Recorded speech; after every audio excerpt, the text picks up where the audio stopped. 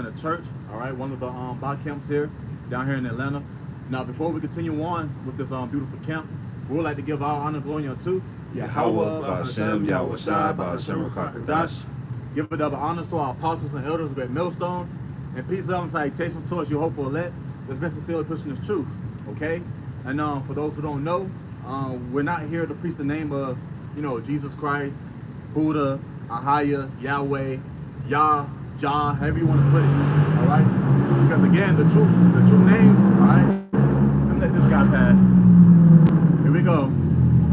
All right, the true names are Yahweh, which is the Heavenly Father, meaning He exists, okay, in the Paleo Hebrew, and the only begotten Son, which is Yahweh Shai, okay? Hey, His name also means what? He saves you. But yeah. There goes the point right there. So today, we're going to get into Esau Edom, all right? In the Paleo Hebrew, which is his true name, he identifies himself today as the so-called white man, or the self-proclaimed, Caucasian race. Right. All right. He is in power. All right. But we're living in a time to where, according to prophecy, this devil is going to be taken down by Yahweh, Ba'Hashem, Yahweh Shai. Not taken down by your Jesus Christ, who accepts everybody, who loves everybody. Nah, man. This is the Lord speaking. This is the Lord's doing. This is His will. Okay, so without further ado, can we get that Genesis 25th chapter, going into Esau and Jacob? This is the book of Genesis chapter 25 and verse 19. And these are the generations of Isaac, Abraham's son. Yep, Isaac, okay, which is in the Hebrew, Yatazak, which means laughter. All right, and it says what? Can you reread that part? It says, Genesis 25 and verse 19. And these are the generations of Isaac, Abraham's son. Yeah, Abraham, Abraham, the water, which means father of a multitude. For those who don't know, and these are our forefathers, Abraham, Isaac, and Jacob. And we get into the beginning story of Jacob.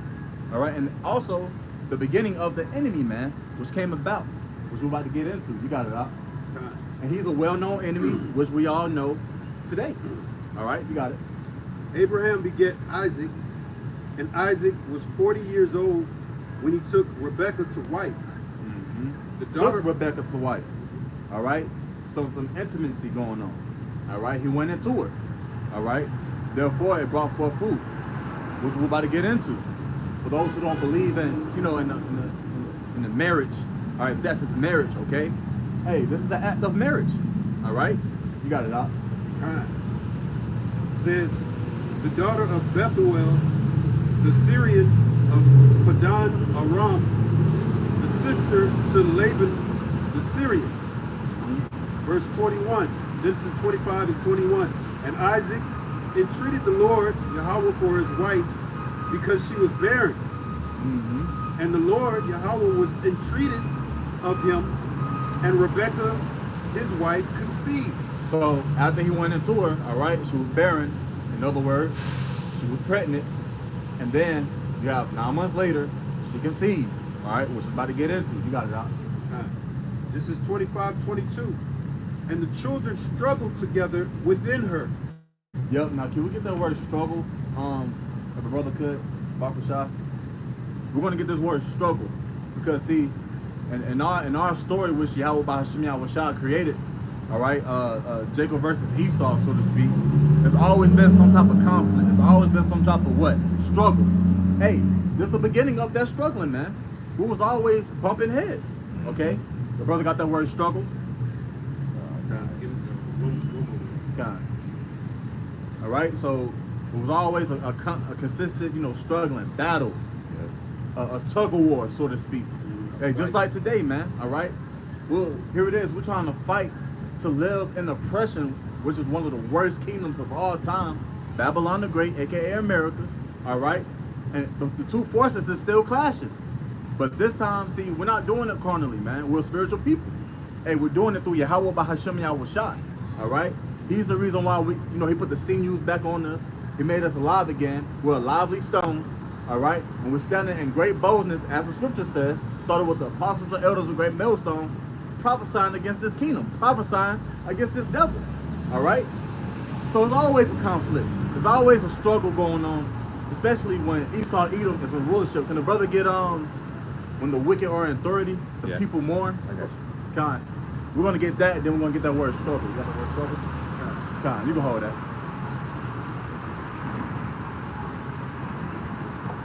We got struggle first. No, no, that second. Bring on that precept.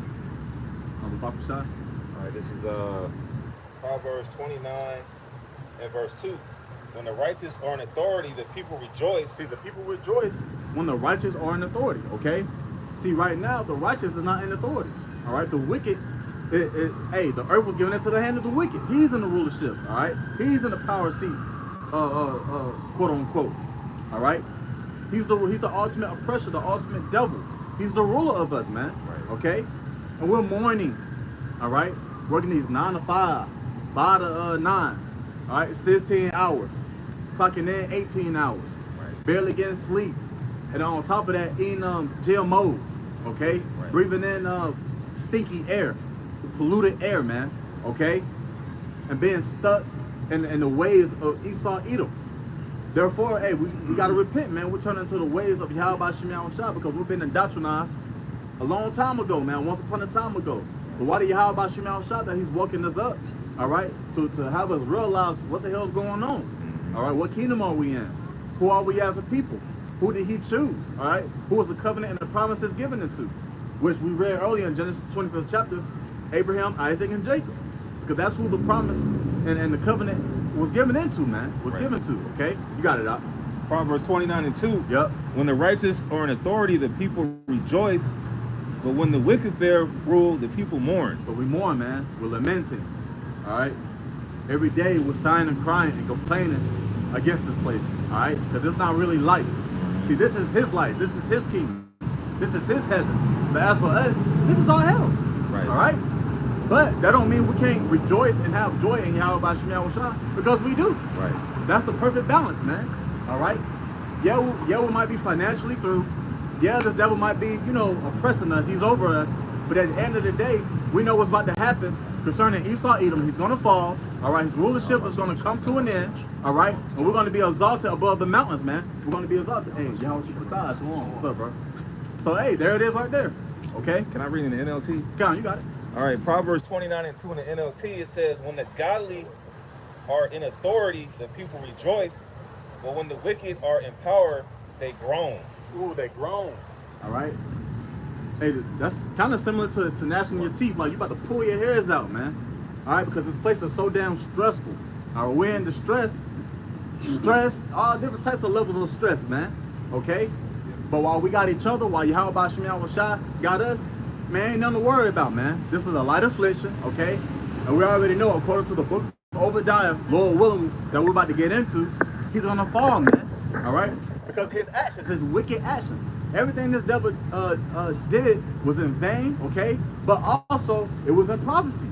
It was prophesied that he was gonna be above the Hebrew Israelites.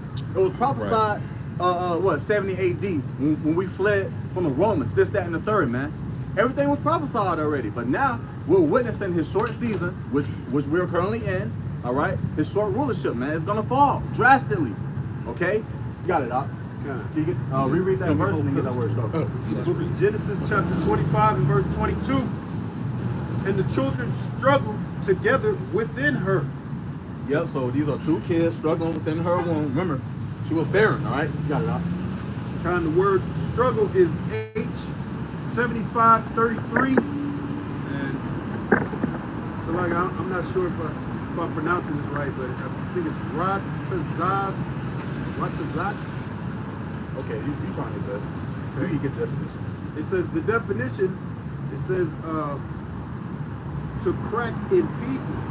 Crack in pieces. All right, go ahead. It says literally or figuratively break, bruise, crush, discourage, oppress, struggle together. Struggle together.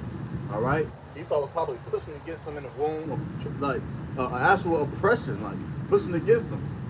It says force, all types of stuff. So it was a consistent battle since the beginning all the way up to now, man.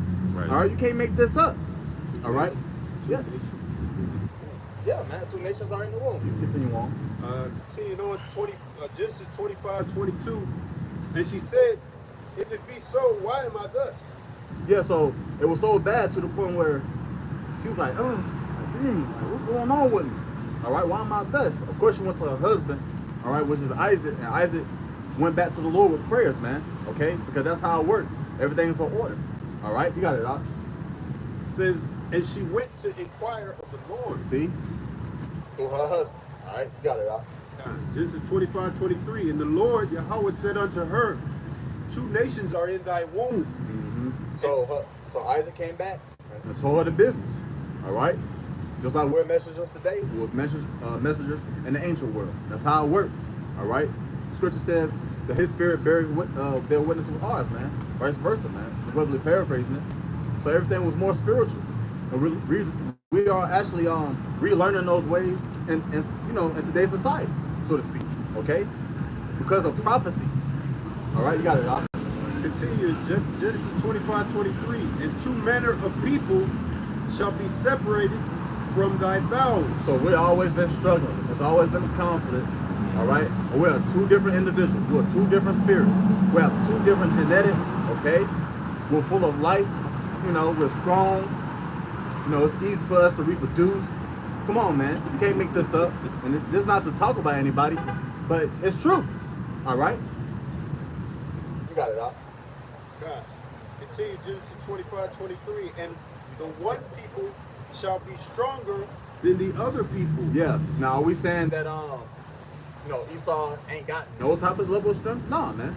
Look at today's society. All right. Look at Babylon the Great, aka America. He did this through his blessing. All right, his wisdom. All right, his strength. No, I ain't giving him no credit or nothing like that. But let's be honest. This is how this place got established. All right, through his finessing, through his lies and his robberies. Where somebody can hold it and name him the first chapter. All right, I mean 3 and 1. Okay, because that's what we're dealing with, man. He's a cunning hunter. He's always cunning. He's always crafty. He's always out to get you, man, like the serpent he is. Scripture says that old serpent. All right, this is him. Okay. You got that? Yeah, second Esdras. Yep. You got that. Go back to Genesis right quick. Right. Okay. This is the book of Genesis 25 and continue on in verse 23. It says, and the elder shall serve the younger. Yeah, so keep that in mind that the elder shall serve the younger. All right. Basically, whoever comes out first has that title of an elder. All right. That's the eldest son. He's the oldest. He came out first. All right. And we're going to get into who came out first. Remember, the elder shall serve the younger. All right. You got it out. God. Genesis 25:24. And when her days to be delivered were fulfilled, behold, there were twins in her womb. And these same twins, remember, they're still different spirits. All right. We just read a couple verses above that there are 2 different manner of persons. All right. They have 2 different spirits, man. But they're twins, excuse me. Yep. 2 different nations. You got it out. This is 25:25. And the first came out red all over like a hairy garment. Yep, it's getting into the detail on what this devil, what he looked like when he came about. All right, which is going all the way back to the curse. All right, the mark, okay, of Canaan. You got it, out. And they called his name Esau. Esau, Joshua in the Hebrew, wasted away because he lacked the pigmentation. All right, it was normal. It was a normal thing to see a brown-skinned individual back in those days versus today's society. Now everything is through the spirit, of course. All right, because you had Israelites who's been mingling and stuff with every nation, really. All right, throughout the 4 corners of the whole earth. You have Israelites over there in the Philippines. You have Israelites over there in West Africa, Nigeria, okay? China, Tokyo, you name it. Everywhere, man. Brazil, Central America, Mexico, all right? Hey, South America, Canada, everywhere, man. We're scattered. All right, you got it out. Kind. Genesis 25 and verse 26. And after that came his brother out. And his brother. And so we went into the detail of what the elder looked like. His name was Esau, or Joshua. Now we're going to get into the younger. You got it out. It says, and his hand took hold on Esau's heel. That symbolizes something very, very important. There's a reason why Jacob is holding on to Esau's heel. All right? When you grab on to somebody who's above you by the heel, what that symbolizes. All right? Because you're about to drag their ass all the way back down, man. That's right. That's very, very symbolic. All right, you know, these people are big on symbols. Hey, look at these games. They got all these different type of symbols they use with their hands. All right. Hey, the Black Power Panther movement, where they hold their fists up. All right, that has a symbol. Right. Your favorite football teams have symbols. Baseball, hockey. All right. So this was spiritually symbolic for those who can catch it. All right. And it's going to get further in detail on what that means. Remember, the elder shall serve the younger. The younger was grabbing on to the elder, which means, hey, we're coming into the time to where Jacob was going to pull him down, man, through the spirit and power of Yahweh Shem Yahushua, because that's the Lord's will. All right. We're witnessing the end, all right, of Esau Edom rulership. That's right. We're witnessing the end of our oppression. We're witnessing the end of death and evil, man. Because once Yahweh Shem Yahushua comes back to deliver us, Lord willing, we'll be a part of that number. For you so-called Negro, Latino, Native Americans, upon this sign, you so-called West Indians, Argentinians, all right, all the 12 tribes, man. Hey, we have a Savior. Never forget that, man. All right, He's gonna avenge us. All right, we're coming into the time to where once the kingdom of heaven be established, man, it's gonna be righteousness flooding the whole earth, man. Okay, we're gonna be changed, man. So that's something really, you know, to fight for. You know.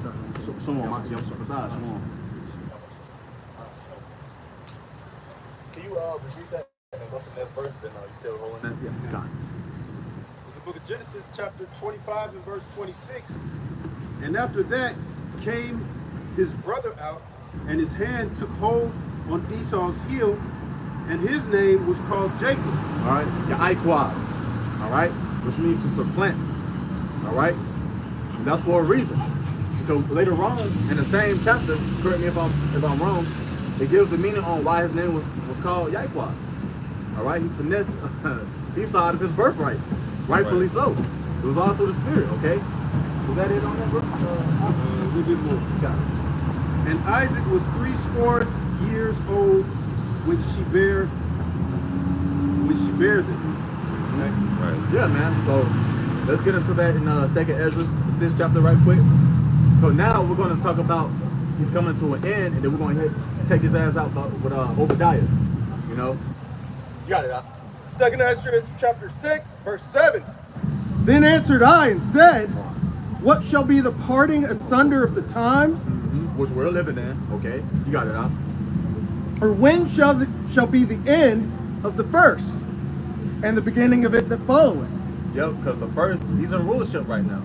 All right, that same elder, going back to Genesis, the 25th chapter, his name is Esau. For those who don't know, Esau Edom. All right, he's the first. Okay, he was blessed with the sword, and through that sword, hey, he took us down. Let's be honest. All right, and he did it through what? Robbery, lies, blood. Okay, come out the water, brother. Yep, he took us down, man. All right. And there's the hill. There's the hill in the hand, yep. Right. Okay. Yeah. So now we're witnessing the time to what? Jacob following. Hey, Jacob is going to be exalted. Can the brother get that in right quick in Isaiah the 2nd chapter? You can start at verse 1, but I think the main point is at verse 2. Isaiah chapter 2 And verse 1. The word that Isaiah, the son of Amos, saw concerning Judah and Jerusalem. Judah and Jerusalem, which consists of you people right here on this side.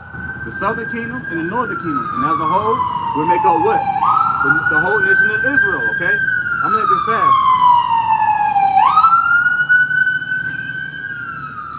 Okay? So the whole nation of Israel. This concerning us, man. So it's very, very important to hearken and listen, all right? On what's about to happen to us concerning, you know, prophecy, man. The future. You got it up. And it shall come to pass. It shall come to pass. Go ahead. In the last In days, the last days, which we are living in. Go ahead. that the mountain of the Lord's house That the government of the Lord's house, Yahweh B'Hashem Yahushua, okay. shall Let's see what's going to happen to the government of Yahweh B'Hashem Yahushua. Let's see what's going to happen to the governments that we're witnessing today. All right. That's controlling the financial side of things. That's controlling the media side of things. That's controlling the money, the military. Okay. Which all goes back to Esau Edom and his image, all right, his system, his dragon-like system, man, his beast-like system, all right. Let's see what's going to happen to the other governments, and let's see what's going to happen to the house of Yahweh B'Hashem Yahushua.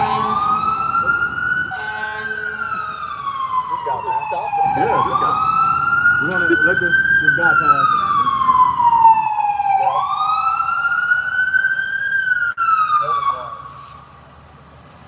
Probably going to the Waffle House, man. Yeah, man. Yeah, Probably yeah. going to a school a bit. All right, you got it out. That the mountain of the Lord's house Yep, which represents the hopeful elect. Go ahead. shall be established in the top of the mountains. Shall be established on the top of the mountains, man. All right, on high.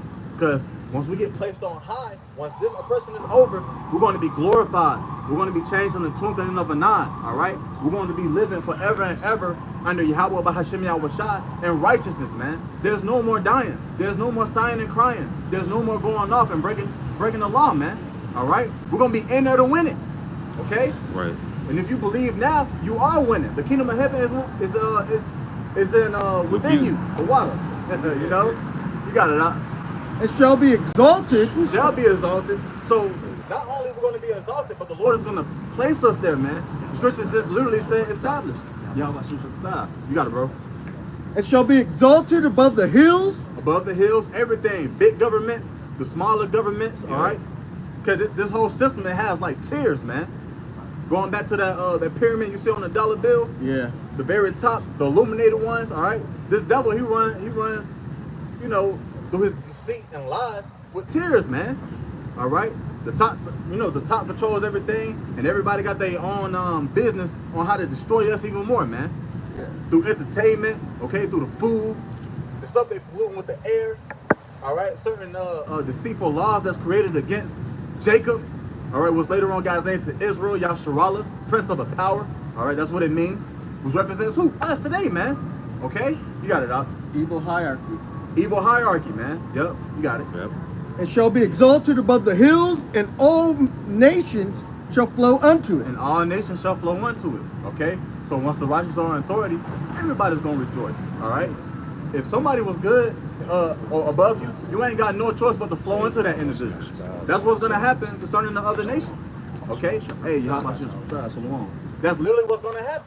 They're gonna be so excited that the Lord is back in power. They're gonna be so excited that they can have their own land. They can still, you know, do their thing here and there. As slaves, don't get it twisted, okay? They ain't gonna have no choice but to flow unto us, man. Because that's how can I put it? That's how beautiful we're gonna be as a nation. I'm gonna just say that.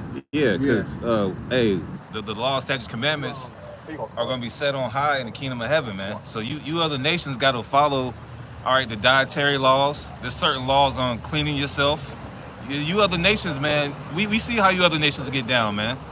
All right, as far as cleanliness and how you conduct yourself, you're going to be totally in order in the kingdom of heaven. If you're not, that's where that Revelation 2:26, that rod of iron is going to come correct you, man. Yeah, think about what Elam doing today, what we've been witnessing lately. Yeah.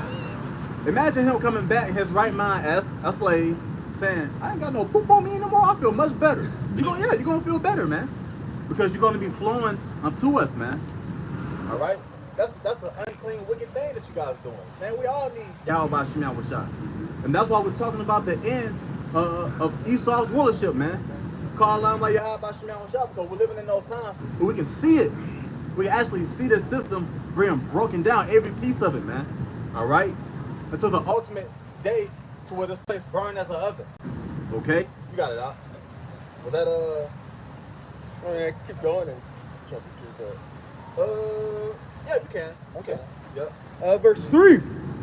And many people shall go and say, Come ye and let us go up to the mountain of the Lord. So it's going to be so righteous to the point where these other nations going to say, they're going to get with their little companions and stuff, you know. The slaves they've been working beside with all day. Hey, are you ready to go over there and learn this, that, and the third? All right. Oh, I can't wait, man. Man, we was fucking up, man. You know, there's gonna be a lot of controversy going on, man. But it's gonna be right. Okay, you got it up. They're gonna want to learn, man. Mm-hmm. Okay. Here it is. They over here spreading themselves with dung. Okay. They're drinking out a river full of animals, people, and dung. Eat them mosquito burgers. Yeah, man, mosquito burgers. All right. Man, look at all these other nations, man. You got Moab just dipping a whole tentacle from an octopus in a bowl of butter. Okay. Just going slap off, man. They're gonna know, oh, this is righteous. We're gonna follow them. and we're living better as slaves. Because you guys are. Now don't get it twisted. Hey, this fit's still gonna come to you, man. All right. But hey, that's only righteous. Yeah, I want to say sure. For sure. Okay, got it. Okay.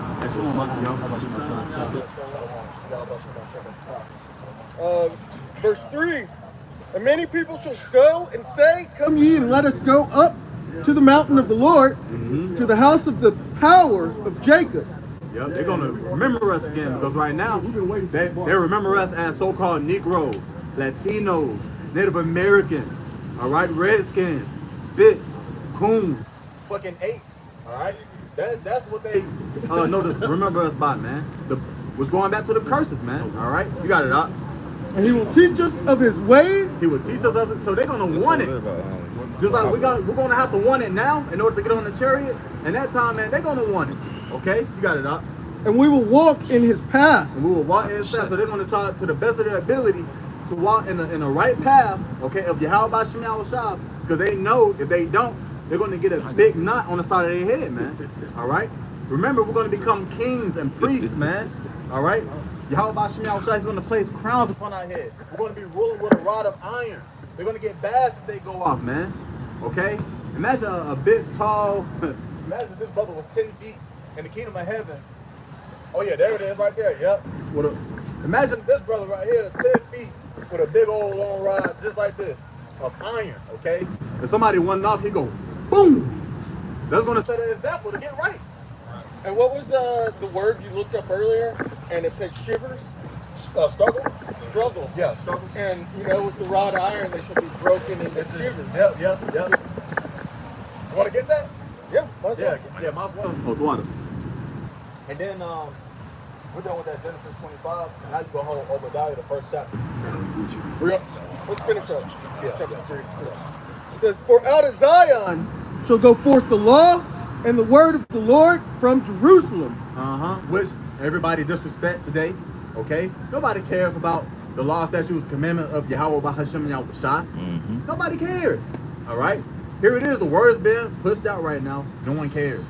But in that time, they're going to want to care. They're going to recognize, man, we've been going off. We're not doing that weirdo shit that we've been doing. And now we're coming under righteousness, man. And our right minds. Hey, we are too. But we're going to be changed in the twinkling of an eye, man. We're going to have those glorious new bodies. All right, it's gonna be different for his chosen family. The only family that he's chosen throughout the whole earth. It's gonna be different for us. All right, go ahead, brother. Yep. And he shall judge among the nations. Yep. And shall rebuke many people, and they shall beat their swords into plowshares, and their spears into pruning hooks.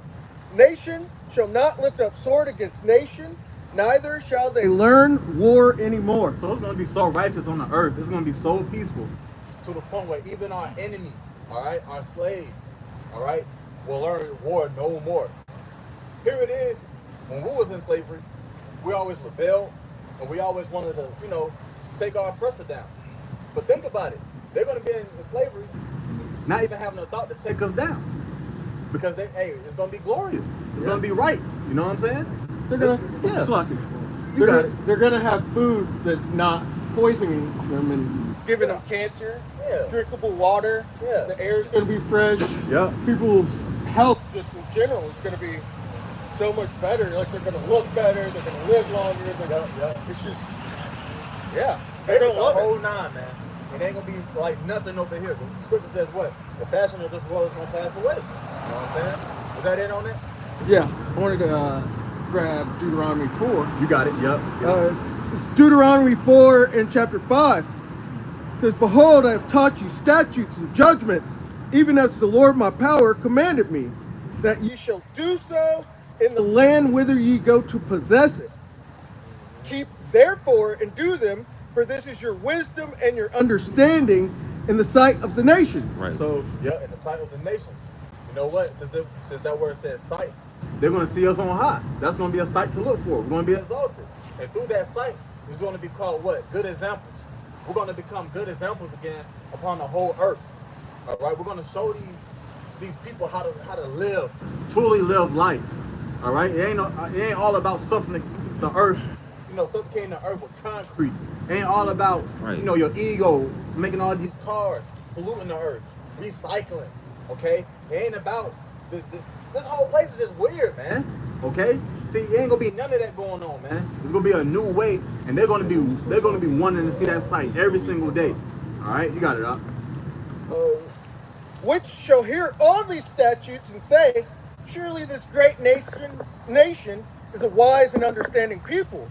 They're gonna look at us like that again, okay? Because right now they're not. Hell no. All right, even our own people, 2/3, man. So-called Negro, Latino, Native Americans. You guys are not looking at the Lord with some type of sincere desire to learn. All right, you guys don't yearn for this truth. All right, you guys are opposite. You guys put your faith and your belief and everything you know within this society, the ways of this world, which is filled with carnality and filthiness, man. All right, and you're not gonna make it. We can tell you're not gonna make it. Humbly saying. All right, you guys act like zombies. You guys are bugged out. Again, this is not about talking about people, but we're telling you what we actually see every day, man, from the top to the bottom. Well, hey, before we got started, when we put the sign down, what was that guy that said 12 tribes and he just walked up the block? Yeah, he's yeah, not trying. scooter. Yeah, He's not trying to acquire the word, man. yep. You got it out. For what nation is there so great, who hath the Most High so nigh unto them, as the Lord our power is in all things that we call upon him for? Exactly. Which they don't have no power. There is no such. There's no other God beside Yahweh Bashman Shah. That's in Isaiah the 45th chapter. Here it is. They, the golden calf was created. They been went off, man. We've been serving all these other gods, all right? And these heathens, we've been serving their pagan gods, all right? Right. But hey, now we're coming back into that remembrance, okay? Simple as that. Was there any more? Yeah, there's it. God, we're going over that right here. Since we're talking about Esau Edom losing his power, his rulership. Now this is the book of Obadiah. Hey brother. You know what the word Obadiah means in the Hebrew? No, sir. Ibadia, which means servant of Yahweh. Okay, Ibadia was one of the prophets of Yahweh Bahashem Yahushua. All right, you got it out. This is the book of Obadiah at the top. The vision of Obadiah. Thus saith the Lord, power concerning Edom. We have heard a rumor from the Lord Yahweh, and an ambassador is sent among the heathen. Arise ye, The worst of the heathen. All right, you can look around clear as day and see who the worst of the heathen is. Even though Elam loved covering themselves in dung, even though Ham loved doing that weird stuff with them animals over there, Esau Edom, it's just something about them. You start to get just naturally angry. Well, the All right? scriptures in Daniel 4:17 call him the basis of all the earth. It's the basis of all the earth, man. So it's something about him. You can just tell according to his spirit, how the way he talk, look, act, the whole nine. His whole spirit is off. All right? He's the son of perdition. He ain't right. You got it, out. Right. I just had a precept to back you up real quick because, the people could feel it. They could feel the rulership putting a damper on their whole spirit, especially in these times right now. Proverbs 29 and verse 2. When the righteous are in authority, the people rejoice. But when the wicked bear rule, the people mourn. See, the spirit had that come out again, man. All right? Again, we can just tell something ain't right. We can tell that we are oppressed. We can tell in his heaven, which is our hell, man, this ain't a joyful place to be in, man. All right? This is indeed the valley of shadow of death. With this devil being on top. All right? Yeah. It ain't nothing good coming out of that, man. All right? So let's go back to the Obadiah. God. The book of Obadiah, we'll reread verse 1. The vision of Obadiah. Thus saith the Lord, power concerning Edom. We have heard a rumor from the Lord Yahweh, and an ambassador is sent among the heathen. Arise ye, and let us rise up against her in battle. Verse 2. But remember, since the beginning in Genesis 25th chapter, we went to the word struggle. It's always been a struggle. It's always been a conflict. There's always been some type of battle between one of the tribes, one of the tribes of Esau. All right. Right. In each captivity, in each kingdom. All right. You got it, dog. Verse 2. Obadiah, verse 2. behold, I have made thee small among the heathen. Thou art greatly despised. Yeah, man. Even though these heathens are off, even they hate Esau. Right. He's the most hated on the planet Earth. Okay, he's weird. This is a weird rulership. All right, you got it out. Obadiah verse 3. The pride of thine heart. He's very, very prideful. All right, and all things that he do. You could just be riding next to an Edomite. He's just trying to be cool. This loud car. That's really where all people got it from. All right, they buying these fast cars because they see Esau doing it, driving fast with loud mufflers. They learn, hey man, this whole place is off, man. And now it took control of Jake's spirit, man. They can't do nothing but buy a fast car, loud. All right, just follow in the footsteps of Esau, Edom. Remember, we're peaceful people. They can't even drive peacefully right beside us, man. All right, we can't stand these crackers, man. All right, you got it out. Obadiah verse 3. The pride of thine heart hath deceived thee. Thou that dwellest in the clefts of the rock. And we're going, we seeing that deceive himself. Yahweh Shema Shah, let it be known, man. All right? Even though he tried to hide in his little secret places, and the Lord is exposing him, man. Okay? He can't keep quiet no more. All right? Everything he's doing, he's fumbling. He's acting sloppy with it. All right? He's causing war upon the earth. Which, it got to happen. World War III. All right? Putting all them sanctions over there on Russians and stuff like that. Hey, it just got to happen. He's been sloppy with his work. Just had to meet with that president. Now he's just dead. All right? A helicopter crash. He died in a helicopter crash. All types of stuff, man. All right? Even during the time of the George Floyd, if I'm pronouncing that name right, when they was having all them protests, this devil was getting caught putting bricks out there. Yeah. He was going around in the field, putting stacks of bricks right there. And here comes Jay. They would see the brick and then throw it and then get arrested. Come on, man. How dumb can you be? You got it, Doc. Since the pride of thine heart hath deceived thee, thou that dwellest in the clefts of the rock. Yeah, because he's the main guy. That his lifestyle was centered around living in a cave. He's the original cave dweller. Caucasian. He's Caucasian, yeah. The Caucasus Mountains. Yep. All right? He dwelt there heavily, man. All right? Walking around, with lights on him. Very, very, very hairy and dirty. All right? On all fours. Okay? Before he came into rulership. Yep. Okay? And we already know how that went down. All the way up to today, man. His last rulership. His last establishment. Before he get thrown down by Yahweh Shema Shah. Can the brother get that? They built it up, but I've thrown them down or something. Yeah, Malachi. Yeah. 104. Can you get that right quick? Okay. Because everything that he's established on the earth, everything that he's built up is going to be thrown down within an hour by Yahweh Bahashim Shah. Okay.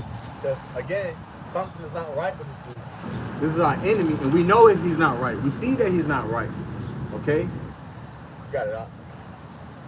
Malachi 1 and verse 3. And you remember the scripture says the pride of his heart deceived himself, man. He don't even know. See, he has a feeling. He sees the chariots. He hears us. Someone just telling this guy, man, I'm gonna still try to push this thing. I'm still try to stand strong. I'm gonna try to go against their power and his angels. But little do you know, you're gonna get thrown down. You got it out. Psalms 49. Yep. Inward thought is that he thinks his houses shall continue forever. Yep. Right. It's Malachi chapter 1 and verse 3. And I hated Esau. And I hated Esau. Remember, the scriptures change not.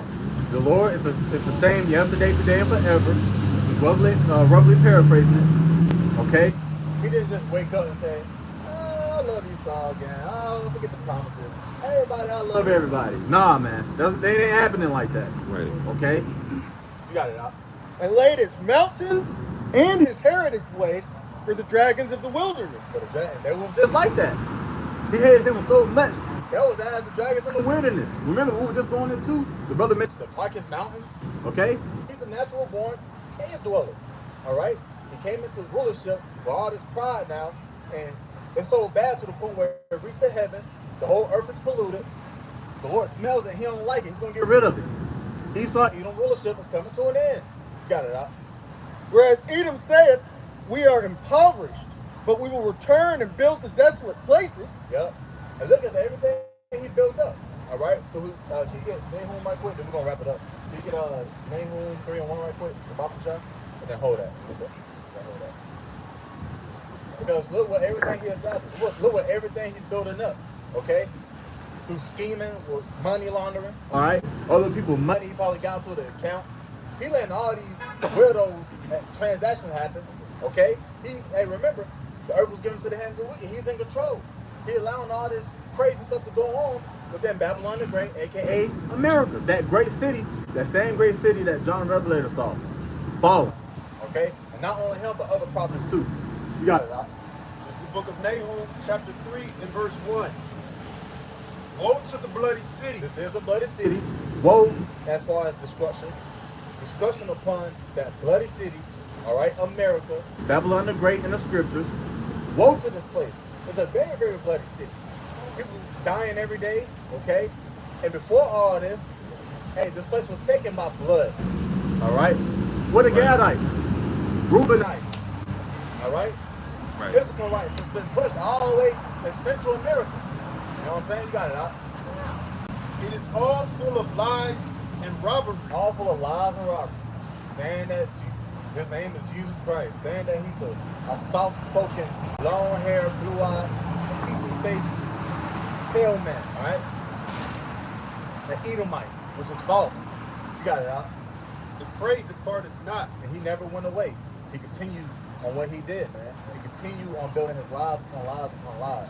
And now he's being exposed. Look, you got it out. Let's go back to that. If I could say that the prey is us, you know, like it says in Jeremiah 50:33, Judah and Israel are pressed together. They refuse to let them go.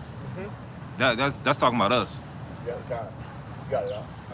I got one to back you up real quick. Got it. Ezekiel 35 and verse 5. Because thou hast had a perpetual hatred and hast shed the blood of the children of Israel. Shed many blood. Remember, this is that same bloody city.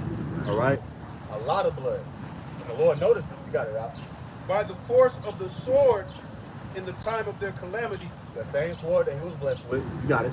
In the time that their iniquity had an end. Therefore, as I live, saith the Lord, Yahweh Ba'ashem Yahweh Shai, I will prepare thee unto blood, and blood shall pursue thee. Yup, blood shall pursue thee. Still pursuing him to this day. And ultimately, when the Lord comes back, but we're seeing these things. We're seeing some of the curses falling upon this devil. All right? You know, you got it out.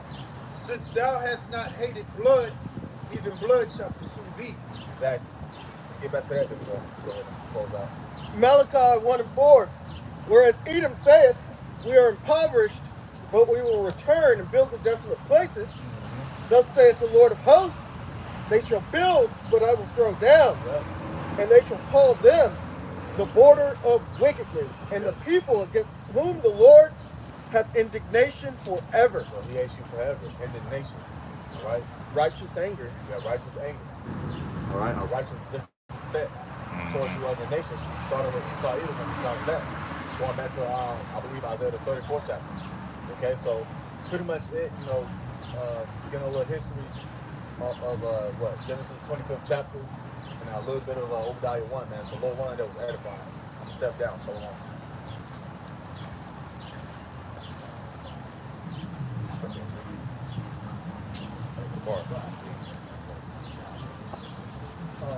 I'm just about to recap last week's Revelation 12, and then we're going to segue into some of the lost. It's really just the first Before we get started, Brother grab 1 Timothy 3 and read verses 1 and 2. All right, this is 1 Timothy chapter 3, verses 1 and 2. This is a true saying, if a man desire the office of a bishop, Right, which is basically an overseer, someone like superintendent, I think the Blue Letter calls it. All right, so if one desires the position to be an overseer, go ahead. it says, 1 Timothy 3 and 1, this is a true saying, if a man desire the office of a bishop, he desireth a good work. Yep, go ahead. Hey, hold on, if I may, brother, because it's a lot of Jake. You gotta be Jake be trying to Jake shit. Yeah. Jake will say right here that, well, I'm not a bishop, so this don't count to me. Right. Well, technically speaking, we're like you're going into, we're all striving and moving up.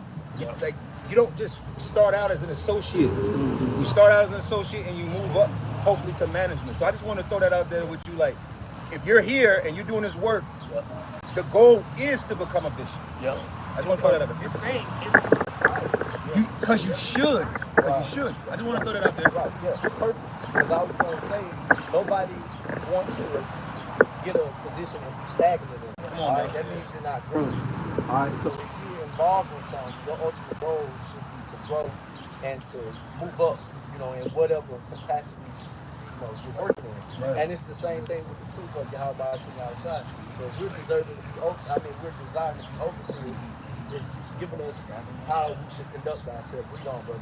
You mind if I bring this word out? Yeah, go ahead. All right, the word bishop in the Greek is G1985, and it's episkopos, and it says an overseer, superintendent, elder, or overseer of a Christian church. Now we know Christians are Israelites. Yeah, right.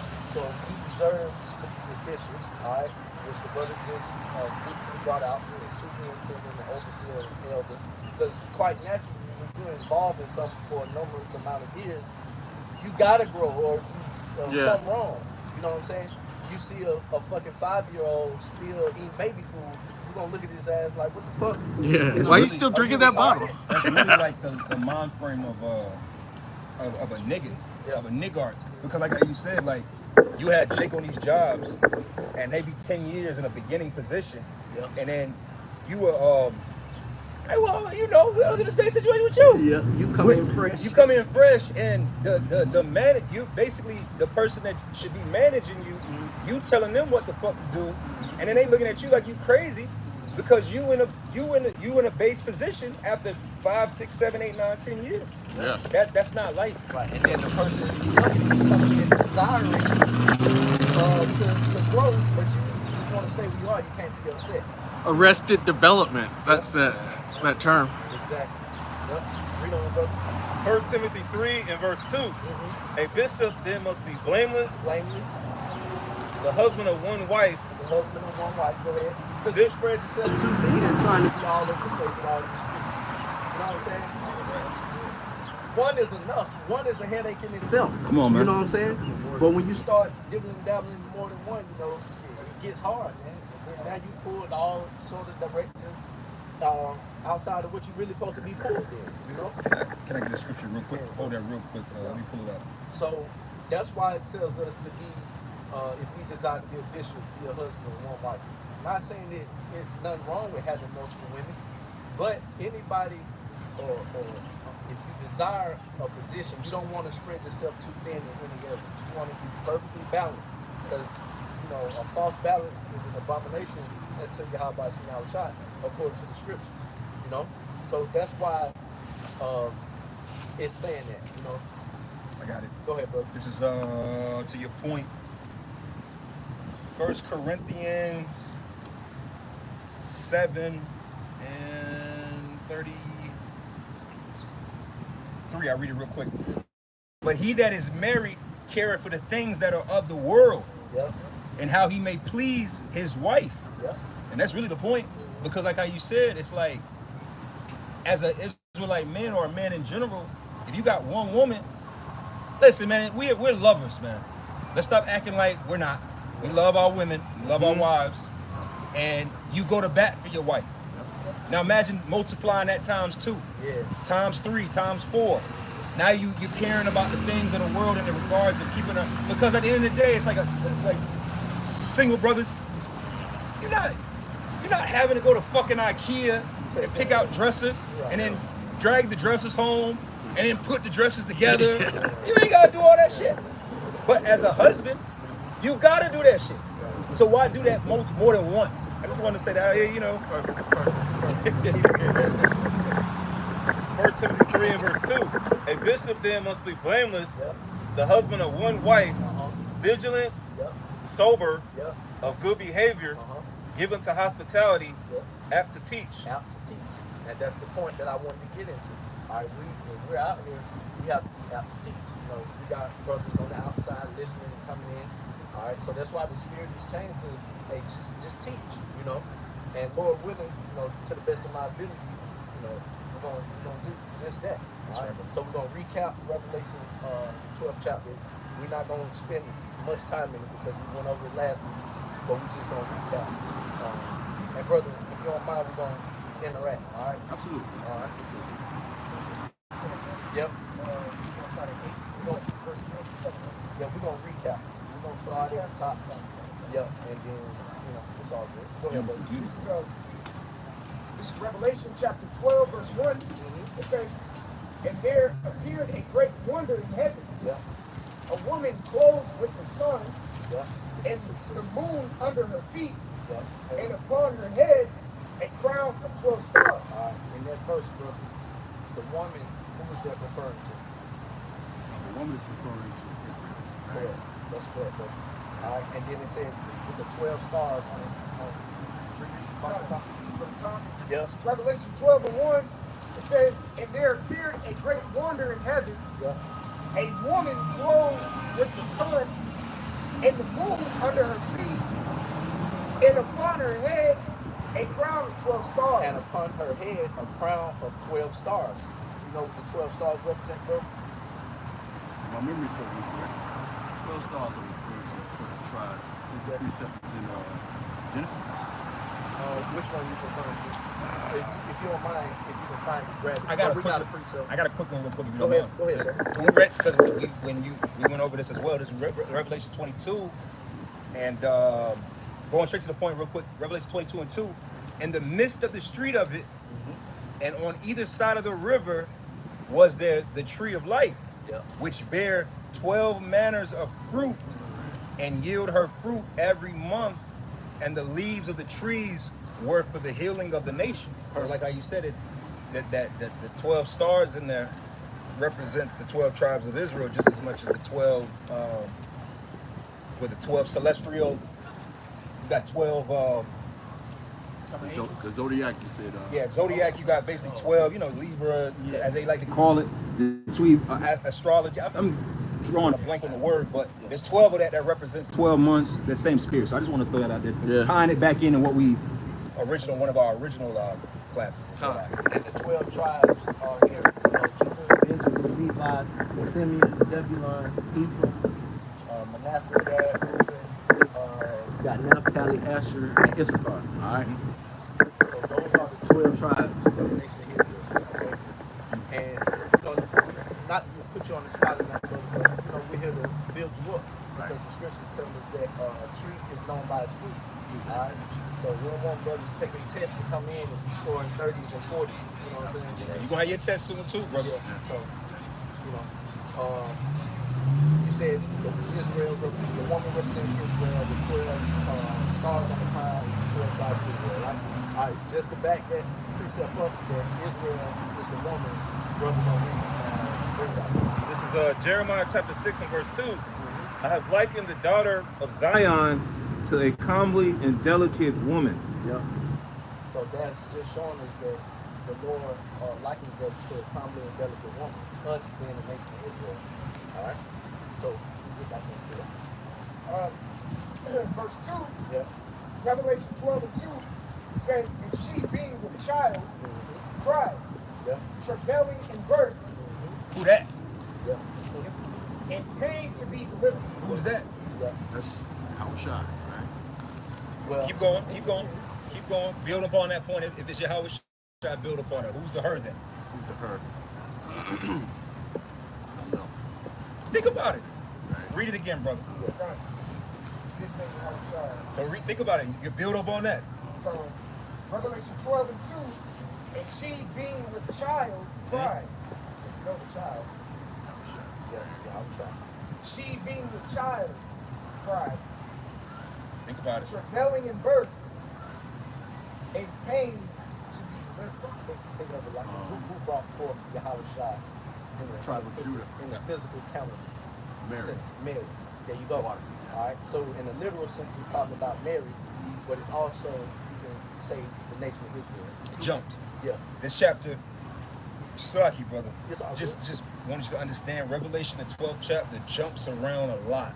Most chapters. Most chapters do, but Revelation, the 12th chapter, jumps around a lot. So like how you said, it went from it speaking about the nation of Israel to then it directing it specifically to Mary. Literally talking about Mary in that verse. Yes. Bringing forth Yahweh Shai. And then to back that up, can go read Matthew, the second chapter, which we're not going to go through. Through the last week. But Matthew, the second chapter, links up perfectly with that, starting with around the 13th. Yeah. But you can read that whole third chapter. Matthew, the second chapter, links up perfectly with the second verse in Revelation 12. Yeah, we probably gonna move you on. Revelation chapter 12, verse 2. Chapter 12, verse 2. Right. Okay. All right. Go ahead. Police. But verse 3, Revelation 12 and 3, and there appeared another wonder in heaven, and behold, a great red dragon, having 7 heads and 10 horns, and 7 crowns upon his heads. 7 heads and 10 horns. But I want to jump back to Revelation 12, and the second verse. Revelation 12 and 2, and she cried, and she being with child, cried, travailing in birth, and pain to be delivered. Yeah, so the Messiah is going to be delivered, which the prophet Micah spoke about in Micah 5. Micah, the 5th chapter, speaks about a Messiah that will come out of Bethlehem, which is referencing Yahweh. Yeah, she's a. Yeah, just let them know. Start grabbing your stuff. You're gonna start moving. No, that's the spirit. Look at the number on the side of the truck. 144. Go up. Yeah, bless you. Go to the sidewalk. Just go right here. No, man, we live and direct. This is real life.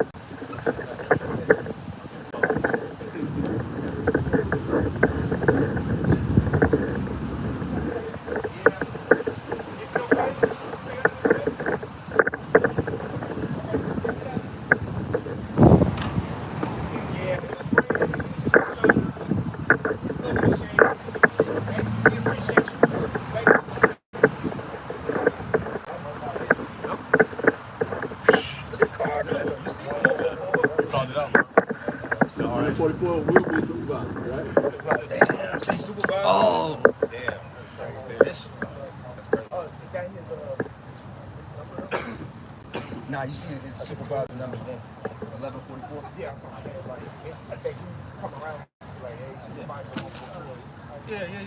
You just be respectable, you know? Hey, well, you know, it's a lot. Hey, it's real life, man. We live.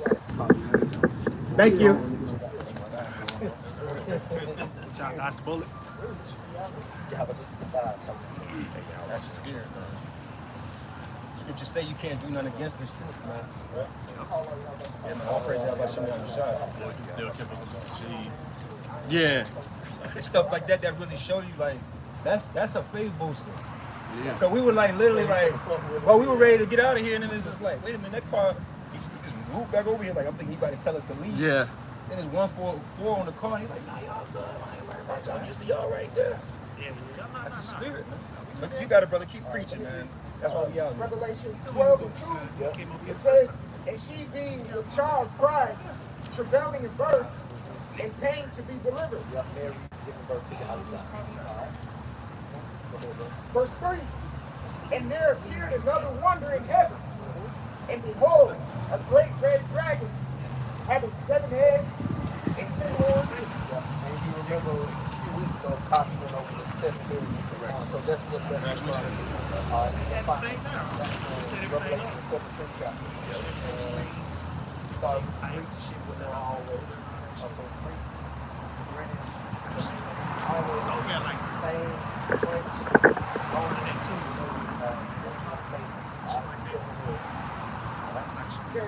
And having 7 heads and 10 horns.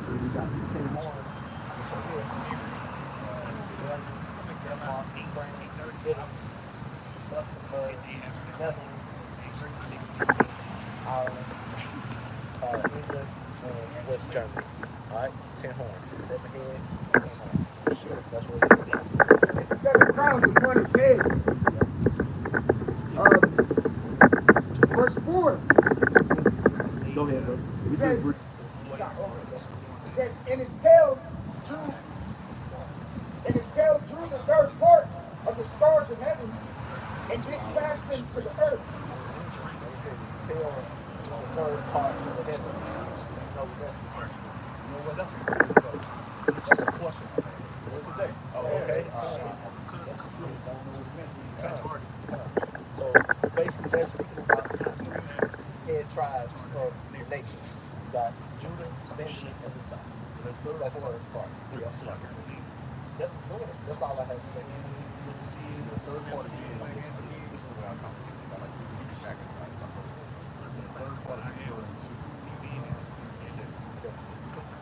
the Southern Kingdom.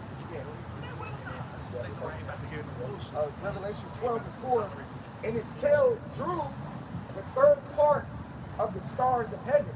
If you don't, because you got to remember in verse 1, it says in the part of her head, a crown of 12 stars. So that is an indication. It says in verse 4, and its tail drew the third part of the stars of heaven. So you got to remember. So, like you said, Southern Kingdom.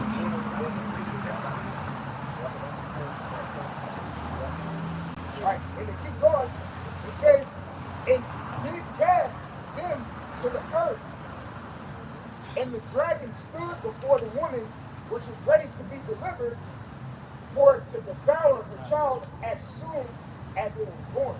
And that's well, I gave you Matthew the second chapter, that he speaks about Mary giving birth and Herod seeking to destroy her. Right? Once she gave birth, it speaks about that in Matthew the second chapter.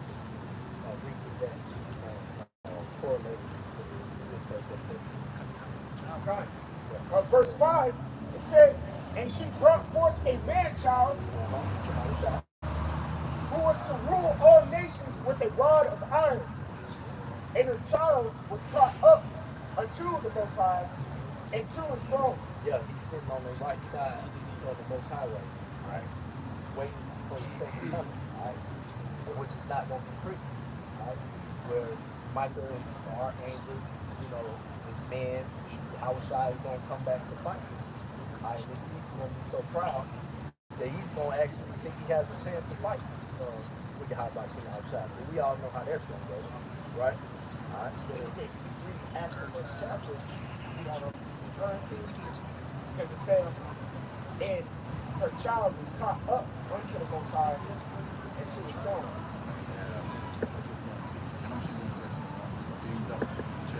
Yeah.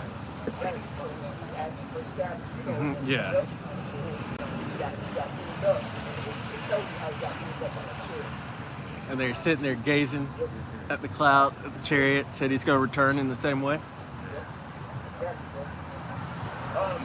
Verse 6, Revelation 12 and 6 says, and the woman fled into the wilderness. Yeah. And the woman fled into the wilderness. Because like, you know, you mentioned Matthew the second chapter, they took Yahushua and fled, right, to the coast of West Africa, right, to Egypt, right? And he went there to escape the persecution of Herod and his army. Right? And we also brought out the point that proves that Yahushua was a dark skin. We got it in town. Because if you one had blue eyes and tail, why the hell would you go to Egypt to try to blend in and escape? All right? He would have been caught. Right? He would have been caught. Goddamn, as soon as he stepped foot in Egypt. All right? It would have been obvious that this man doesn't belong here. If that depiction was accurate. All right? Go ahead, brother. This is St. Matthew chapter 24, verses 15 and 16. When ye therefore shall see the abomination of desolation spoken of by Daniel the prophet stand in the holy place, whoso readeth, let him understand. Then let them which be in Judea flee into the mountains. Those mountains represent, like the brother was saying, you know, Southern Kingdom fleeing into parts of Africa, mainly Western Africa. Because 70 AD, you had the siege of Jerusalem between 66 AD to 70 AD. They call it the Jewish revolt. And Yahushua warned what was to come, and the Israelites would take heed. They got caught up in that famine, man. But those who took heed, they went into Western Africa.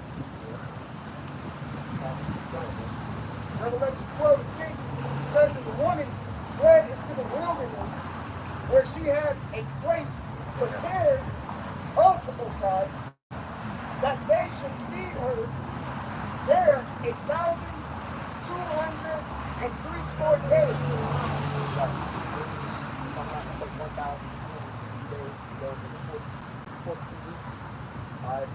Which that's referring to us in captivity. And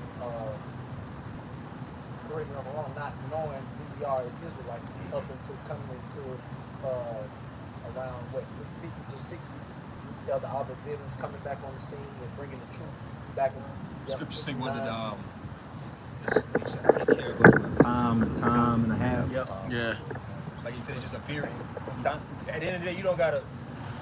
Yeah. It's just a period of time. Yeah. Yeah. That we. What verse? That was verse 6. All right, read 7. Verse 7. Revelation 12 and verse 7. And there was a war in heaven. Michael and his angels fought against the dragon, and the dragon fought in his angels.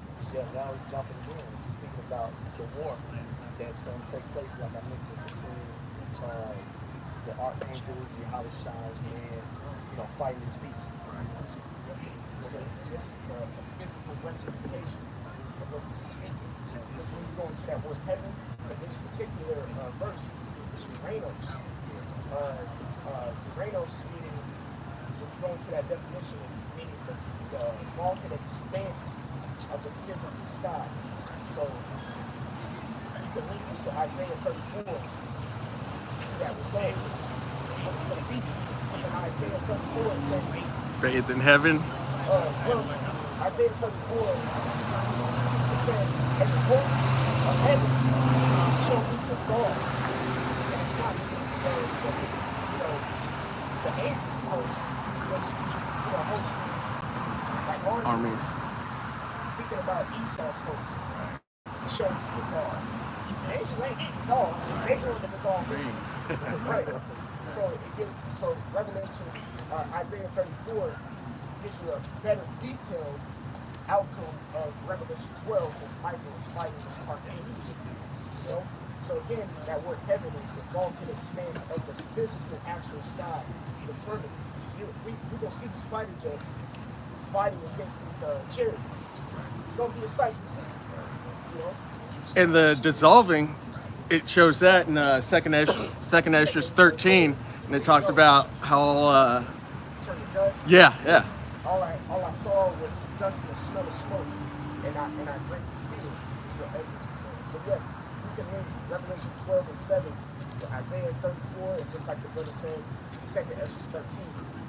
Yep. I'm gonna bring that to you. Go ahead, bro. Speaking of 2nd Ezra 13, just one quick scripture. It says, 2nd Ezra 13 and verses 5. And after this I beheld, and lo, there was gathered together a multitude of men out of number from the four winds of the earth to subdue the man that came out of the sea. So all these other nations are coming. Like Ronald Reagan said at the UN back in '85. What if there's some presence from the heavens that's coming to attack the earth? All these nations that aren't getting along together right now, they're going to come together and fight this fight this power from heaven.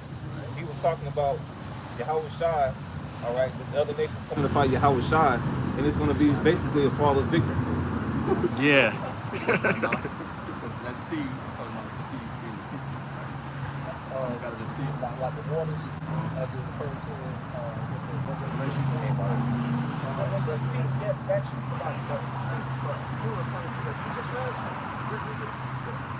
2nd Ezra 13 and verse 5. And after this I beheld, and lo, there was gathered together a multitude of men out of number from the four winds of the heaven to subdue the man that came out of the sea. So let's hold that.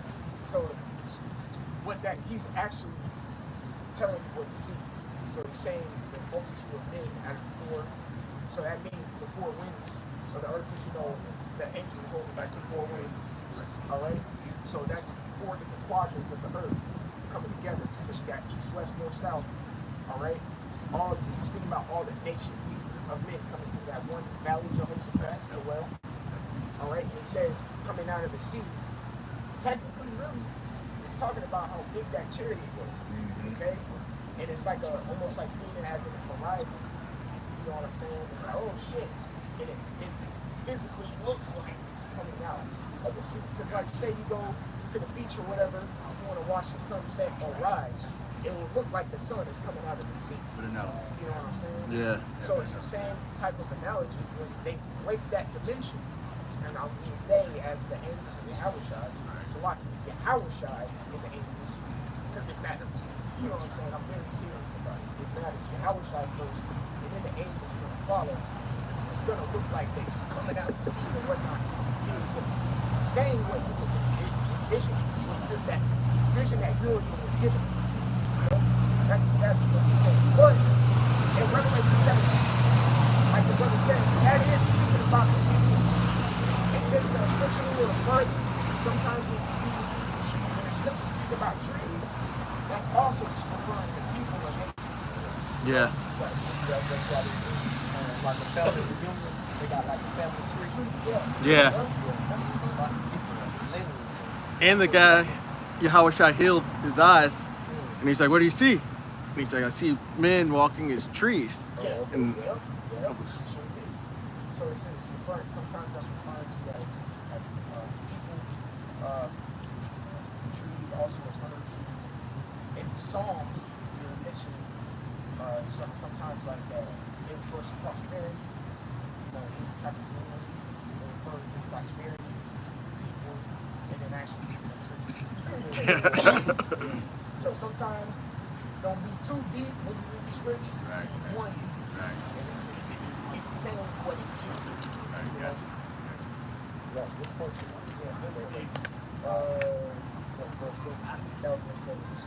You finish your precept? Kind of. Alright, so finish verse 8 because it finishes verse 7. Yeah, go ahead. So verse 8, Revelation 12 and 8, and prevailed not, neither was their place found any more in heaven.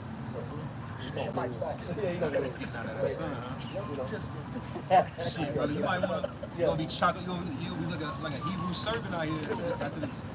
So brother, that's what we went over last week, just to recap. And then how progressed past it, because this week on my school, we're gonna get into a little bit of the law. So we're gonna get into the Torah, the first 5 books of Torah or the law. So more specifically, we're gonna talk about the dietary law. Alright? You familiar with finding the dietary law in the scriptures? We can find it, I believe, 2 places. Leviticus, the 19th chapter, 18th chapter. you think it's Leviticus 19 with purity stuff? First, I was thinking about Leviticus 23, but that has the holy days, Right. right? So you got to go back a little further. You're right. 18 is talking about shit, right? Look, I think 19 is talking about. I'm a little off a little bit. Hold on one second. You got it. Don't rush your answer. Okay, you got you. You got you. You got it. All right. I got bro. But the first answer that came to mind was funded in the book of Leviticus. Yeah. So 17. 11. And then the second part you can find it Deuteronomy 14. Leviticus 11. So You said in the second place I can find it. Deuteronomy 14. Now. So we're going to be reading from Leviticus 11 chapter. Right now. We're going to be reading from Leviticus 11 chapter. Alright, so go ahead, bro. This is Leviticus, the 11th chapter, verses 1. And the Lord spake unto Moses and Aaron, saying unto them, Speak unto the children of Israel, saying, These are the beasts which ye shall eat among all the beasts that are on the earth. Yeah, and me personally, before coming into the truth, I didn't know that there was a dietary law, because they never spoke about it in the Christian church. Right. You know? You know? So here it is. I was growing up because everything goes. When you was at the church after the cookout, it was ribs. Yeah. You know, it was ham. It was all type of shit being served. outside of the law in church. So I really had no idea. Catfish.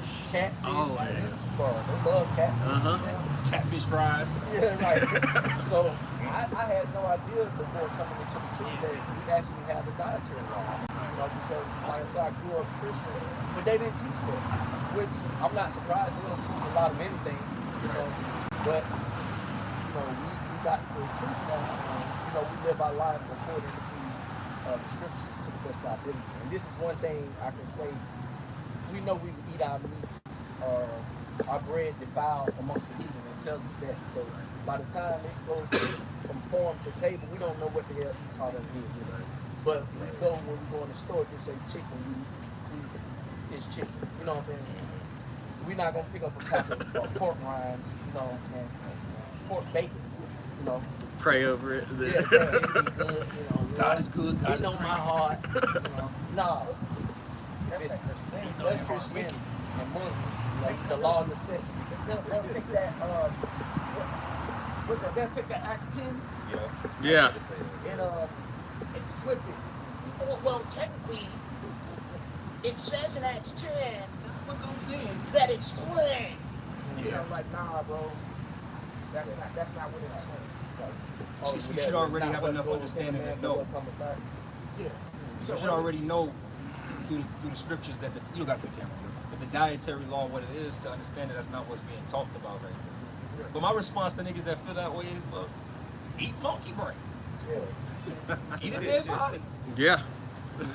But you know, you niggas want to stick to the pork, to the pork. I mean, they eat every inch of that motherfucker too. From the intent. Yeah. Rooted to the tuna. Yeah, man. That's some nasty shit too. It's already off that you eating the shit. And it's all sort of outside of the law.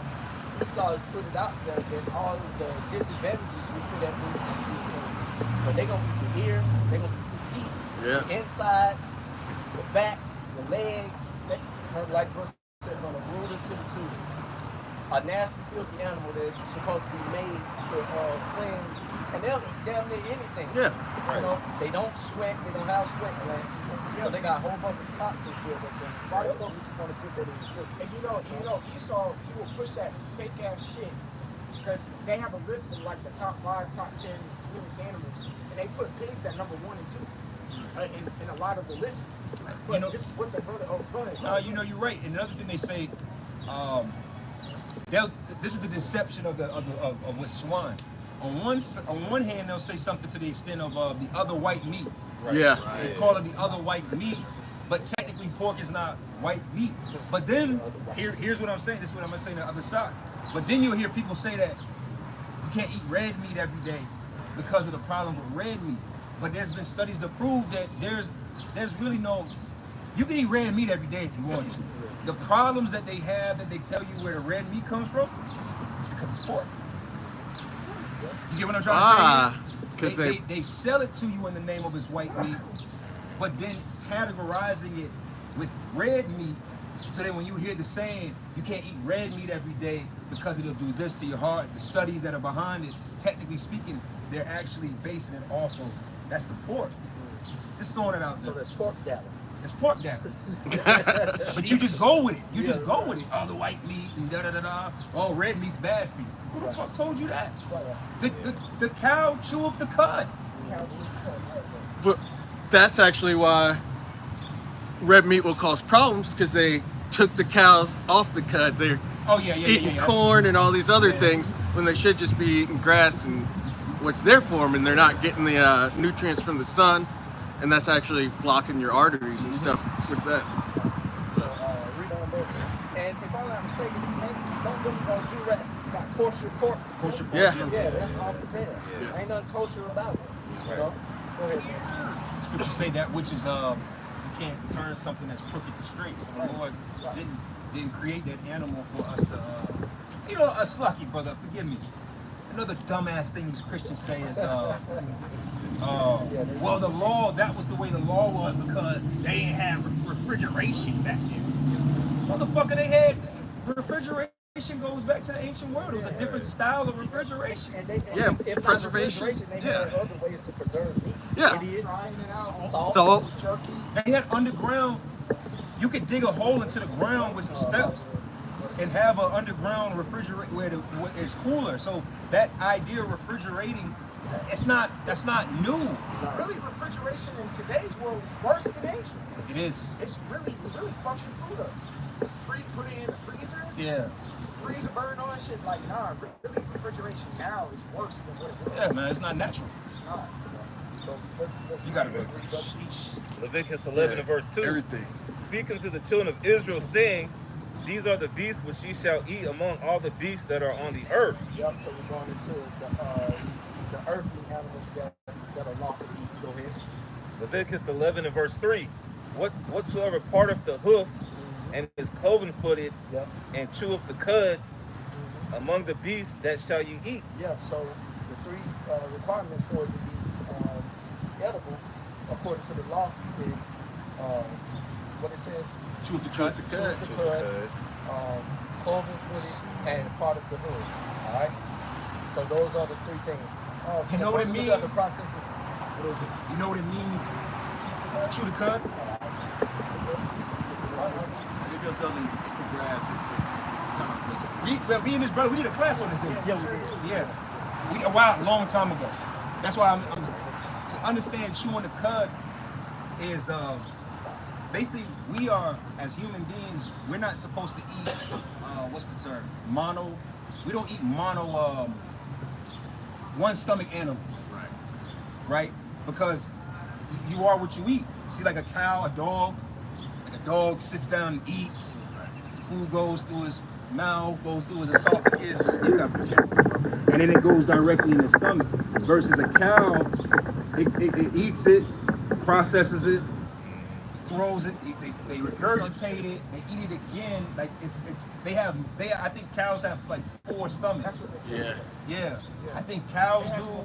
I think do goats. I'm not sure. I just know cows. I know cows, but they're most of the time these animals. The reason why is it's a digestion. Pigs will eat all of that shit, that poison, and it's literally going from mouth to straight to stomach. There's no real. It's not an extra step in the process. Right. And then that's why you always see cows just chewing.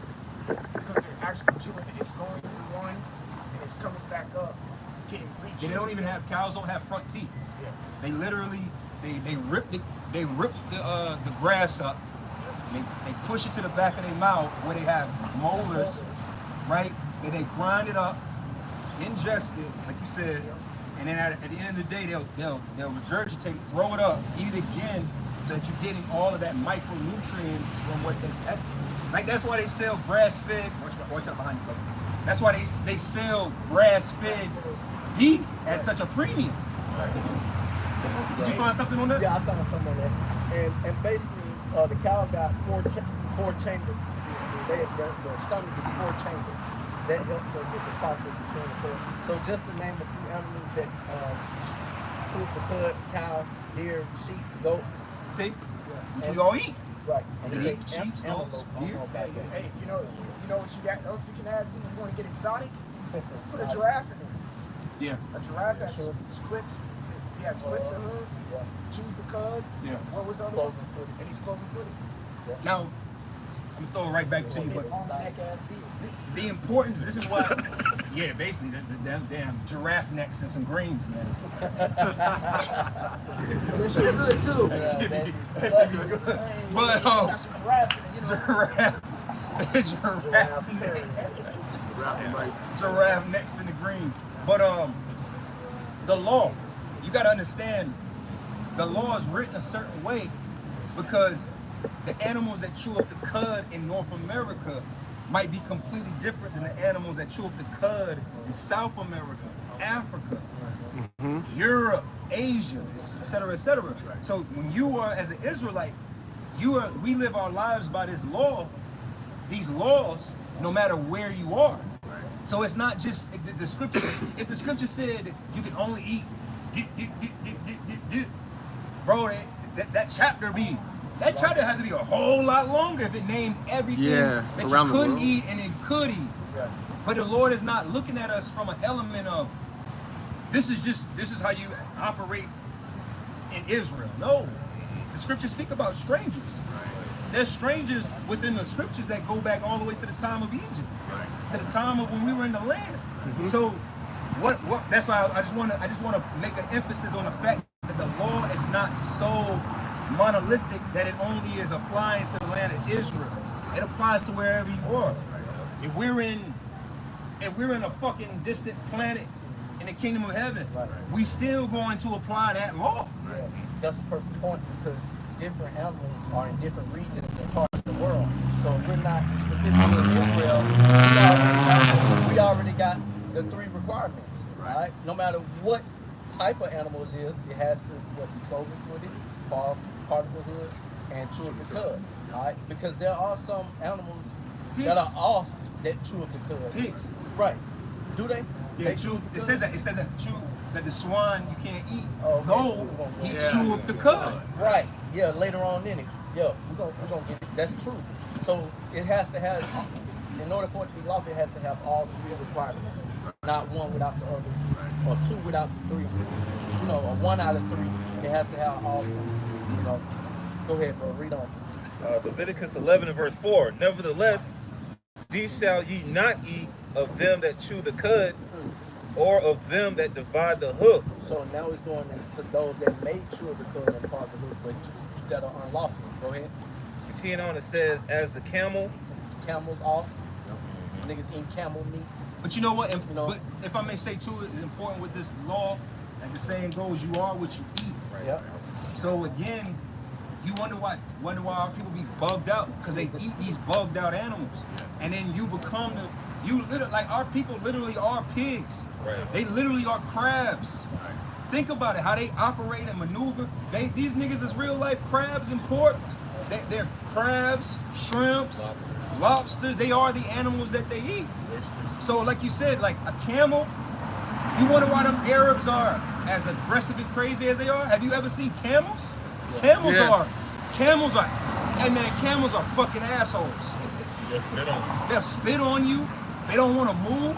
And then here it is, you eating that shit. And then you wondering why you a fucking asshole. That's why Yahushua preached on a camel, about a camel. When it talks about a camel will get through an eye of the needle. You know what I'm saying? They don't want because it's a stubborn, irritating animal. And he was comparing it to these fucking people out here. Yes. That camel has a better chance of getting through this eye of the needle. And if you search up what an eye of the needle is, of getting through that than your ass. Than a rich man. He had a whole bunch of analogies like publicans and harlots. He was talking to the scribes and Pharisees. Publicans and harlots have a better chance of entering into the kingdom than your ass. Yeah, man. You know? So, but just going back to the guy said, read on. Leviticus 11, verse 4 again. Nevertheless, these shall you not eat of them that chew the cud, or of them that divide the hoof as the camel, because he cheweth the cud, but divideth not the hoof, he is unclean unto you. You don't meet the requirements of being a clean animal, so you'll not eat camel. All right? Camel hump meat. Yeah. Arabs love that shit. It's a delicacy. Right. Yeah, they eat the hump off the camel. That's a delicacy. Right. To them, not to us. That's abominable. That shit don't even look desirable. I want the hump off the camel. And you know what? When you start to dive into this chapter really through the spirit and you study Paul's meats, you know what I'm saying? Bro, unclean meats look unclean, man. Yeah.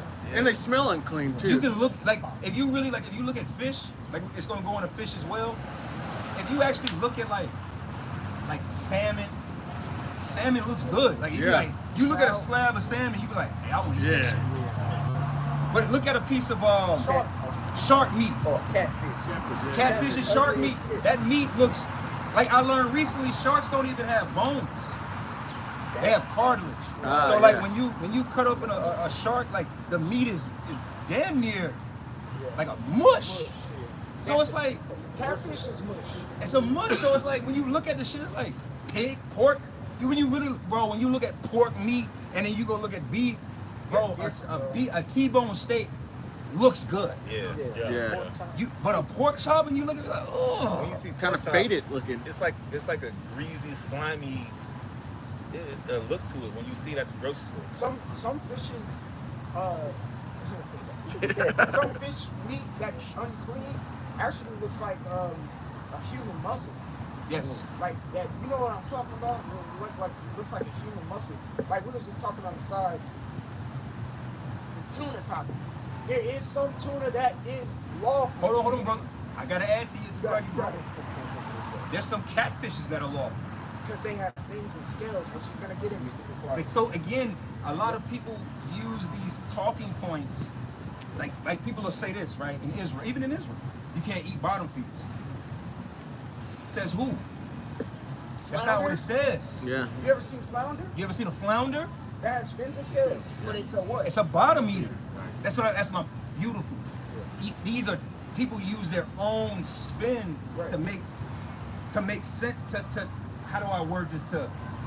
I don't even know how to say it, but to make sense of their excuse. Yeah, their own opinion. Yeah. But really, there's no opinion in the law. The law is the law. The scriptures say that, you know, when it says that you're supposed to eat fish with scales and fins, that's what I said. It's just that simple. And like me and this brother, it's like, bro, me and this brother, we've been talking about this subject matter for years, because ocean animals, not all, but ocean animals for the most part, have smaller scales than fresh water. There's more mercury and more things in the water that they're trying to keep out. Salt water, it's a lot more. So just like I was saying, there's some tuna that are lawful and there's some tuna that's not lawful. It's just on how you want to take it. You know, because I always incorporate Romans the 14th chapter, the last verse, where it talks about he that doubteth that eat is a sin. So I just stay away from tuna as a whole. But I don't judge the next brother for eating tuna, because tuna technically is food. Right. There's just some of them out there that don't have scales, but there's a lot of majority of the population of tuna got scales. Yeah. I just decided to stay away from it. That's just different types of. It's not just one type of tuna. It's just not one type. You got eye socket, you got bluefin, you got Albuquerque, yeah, all that shit. Just like there's different types of salmon. Alaskan salmon, this, that, different type of chicken, rainbow trout, Yeah. different type of trout and stuff like that. Yep. Sea, you got sea bass, and you got bass, freshwater bass. freshwater bass. different snappers. Yeah, snappers. It's just, you know, keep going, brother. No, This is a good topic. it's perfect, because that's why the brother said it didn't name everything. We'll be here all day. We'll be here all day, bro. If Leviticus the 11th chapter just named everything Right. lawful and unlawful. And That's why I what just they gave want. it. Right. No, it gave the requirements that the animal has to have in order to make it lawful. All right. Simple. So no matter what species of the animal it is, does it have X, Y, and Z according to the scriptures? I can eat. If it doesn't, I can't eat. Throw that shit back in the ocean, man. Right. We don't know. Leviticus 11 and verse 5. And the coney, because he cheweth the cud, but divideth not the hoof, gives like a a ram rabbit? to you. Yeah. A rabbit, yeah. Jake love rabbits and biscuits in the country. Niggas in the country, them They niggas love cool. rabbit. They love cool. They call love that rabbit the meat. white meat. They call that, man, I kind of grew up in Louisiana. They always were eating fucking food, man. Like, you ever had that cool? Fuck no, and I don't want it. It don't sound good. It sounds racist. But you know what? The speaking on the hares and all these animals, that a good show. I always bring this point up, is the show Alone. And they throw these survivalist camper type people into the middle of nowhere, and they gotta survive. And one thing that I picked up by watching that shit, the main thing that jack up all them people when they be out there in the wilderness is the diet. Mainly not eating unclean things. I'm not eating clean things, excuse me, but actually eating unclean things. Your ass ain't ate in a week. And my thing to that is, we go throw it back to the brother, is what the hell you think is gonna happen to these people out here when you can't, your delicate, tender, weak, prebiotic, probiotic ass stomach having, gonna go out here and eat some shit. These niggas out here are used to chicken breasts, you know what I'm saying? Hamburger, regular off shit. No, like regular level off shit, like shrimp, crab, lobster. When they gotta go out here and they start, for the first time out of hunger and desperation, they gotta go out here and go eat rabbit, squirrel, possum, roadkill, like the brother said. That's when you're gonna start seeing people real deal dropping dead, man. I've got this, I read some like survivalist books and foraging, but I've noticed they tell you if you're in a survival situation, don't eat rabbit because it'll dehydrate you and you'll die. Like it'll. Rabbit. Yeah. It's toxic. You got it, Revelation 11 and verse 6. And the hare, because he cheweth the cud, but divideth not the hoof. Stop right there. Oh, that's all. You're fine? This is Leviticus 11 and verse 5. And the coney, because he cheweth the cud, but divideth not the hoof, he is unclean unto you. Verse 6. And the hare, because he cheweth the cud, but divideth not the hoof, he is unclean unto you. Right. Verse 7. And the swine, though he divide the hoof and be cloven-footed, yet he cheweth not the cud, he is unclean to you. There we go. So we spoke about it earlier. The swine, pork, pig, pork. It chews the cud, but it doesn't have cloven foot. Doesn't part the hood. because it eats other things as well. Yeah. So we ought to stay away from it according to the law. Leviticus 11 and 8. Of their flesh shall you not eat, and their carcass shall you not touch. They are unclean to you. So can you touch a live pig? You say no. You can't. Right? I was Okay. about to say, Right? read that. That's the Yeah. That's the next thing I wanted to say. When you go into Genesis, the Lord made creatures, created creatures for their purpose. Right. And when you're living in the wilderness or whatever, you would want a pig Right. for your trash. You still want to take care of your creatures Yeah, and your beasts. You could. You can. It says you can't touch their dead carcass. That's That's why I wanted to make that point because, you know, if let's say you were a farmer and you had a pig, you would be like, hey, good. Yeah. A horse. What are you saying, A man? dog is unclean as well too. A horse. Well done, pig. Well done. Good job, Horse picking can me. eat. No. Exactly. But what the fuck do we do? We ride horses. We ride them Got it. Got it. Got it. Got it. You know what I'm saying? So we read that verse. Leviticus 11 and verse 8. Of their flesh shall you not eat, and their carcass shall you not touch. So it says, and the carcass Dead. shall you not touch. All right. We don't go. They are unclean to you. Verse 9. These shall you eat of all that are in the waters. So now we're getting into fish. Fish. Yeah, go ahead. Whatsoever have fins and scales in the waters, in the seas, and in the rivers, them shall you eat. Yeah, so salt water or fresh fish have to have scales and fins in order for it to be lawful for us to eat. Plain and simple. Why? You have to meet those two requirements. What is the benefit? See, beyond just knowing the law, you got to understand what's going on within these. Because the Lord, a lot of people try to make it seem like the law is grievous and unreasonable. But there's a science to it. Why are the scales? Why are the scales on the fish? Why aren't scales on certain fish? Think about it. What do the scales do? This is just It's okay, brother. this is just an actual guess here, right? Uh-huh. If I had to guess, I'm thinking it helps to maneuver. Maybe it's some people If you had on armor, why would you have on armor? right for protection, right? So the scales on a fish is literally, it's a protective layer between it and the. 'Cause you gotta think about it. Fish can't just be like, man, shit, man, this water fucked up. I'm about to go to the land. Get out this hole. That is their environment. Right. Just as much as we have skin covering us to protect. The skin is a protector. The same as the scale. So like I said, it's not a test thing, but we're trying to elevate each other's, you know what I mean, mind frame to understanding these things. It's not just simply the Lord just said, hey, you can only eat fish with scales and fins. No, why? Because animals that don't have scales have higher levels of mercury within their flesh. You can get mercury poisoning from eating certain fish. Okay. So I just wanted you to have a better understanding of, well, why is that?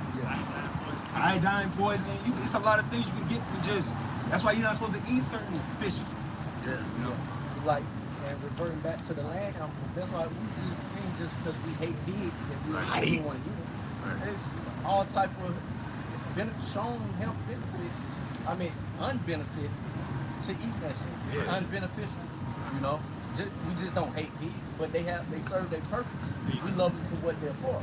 All right. Simple. Be the main causes of certain diseases that our people struggle with today. It cleans the ecosystem. It's used as a disposal, you know.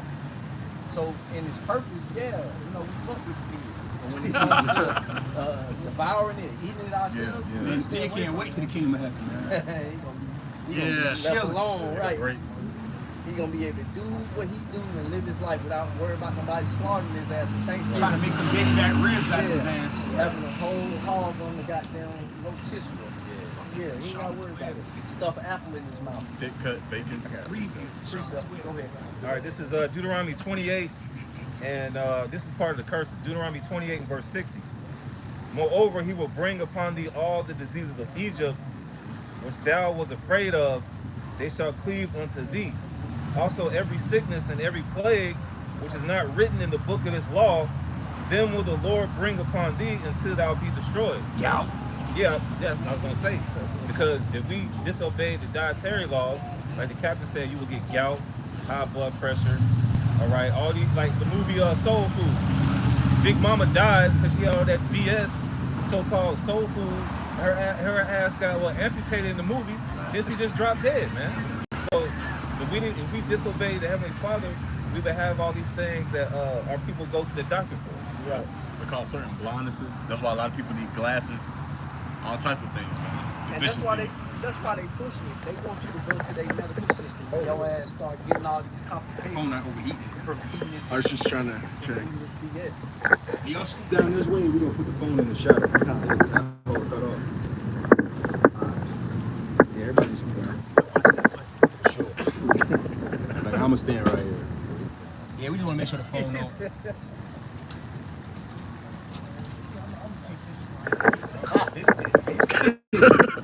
I can slide down a little, matter of fact, move the camera around a little bit more. So y'all brothers can slide down a little bit.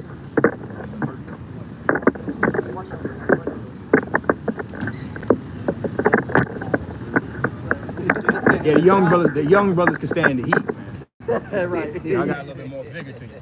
Over here dying. Wise as hell. Go ahead, bro. All right.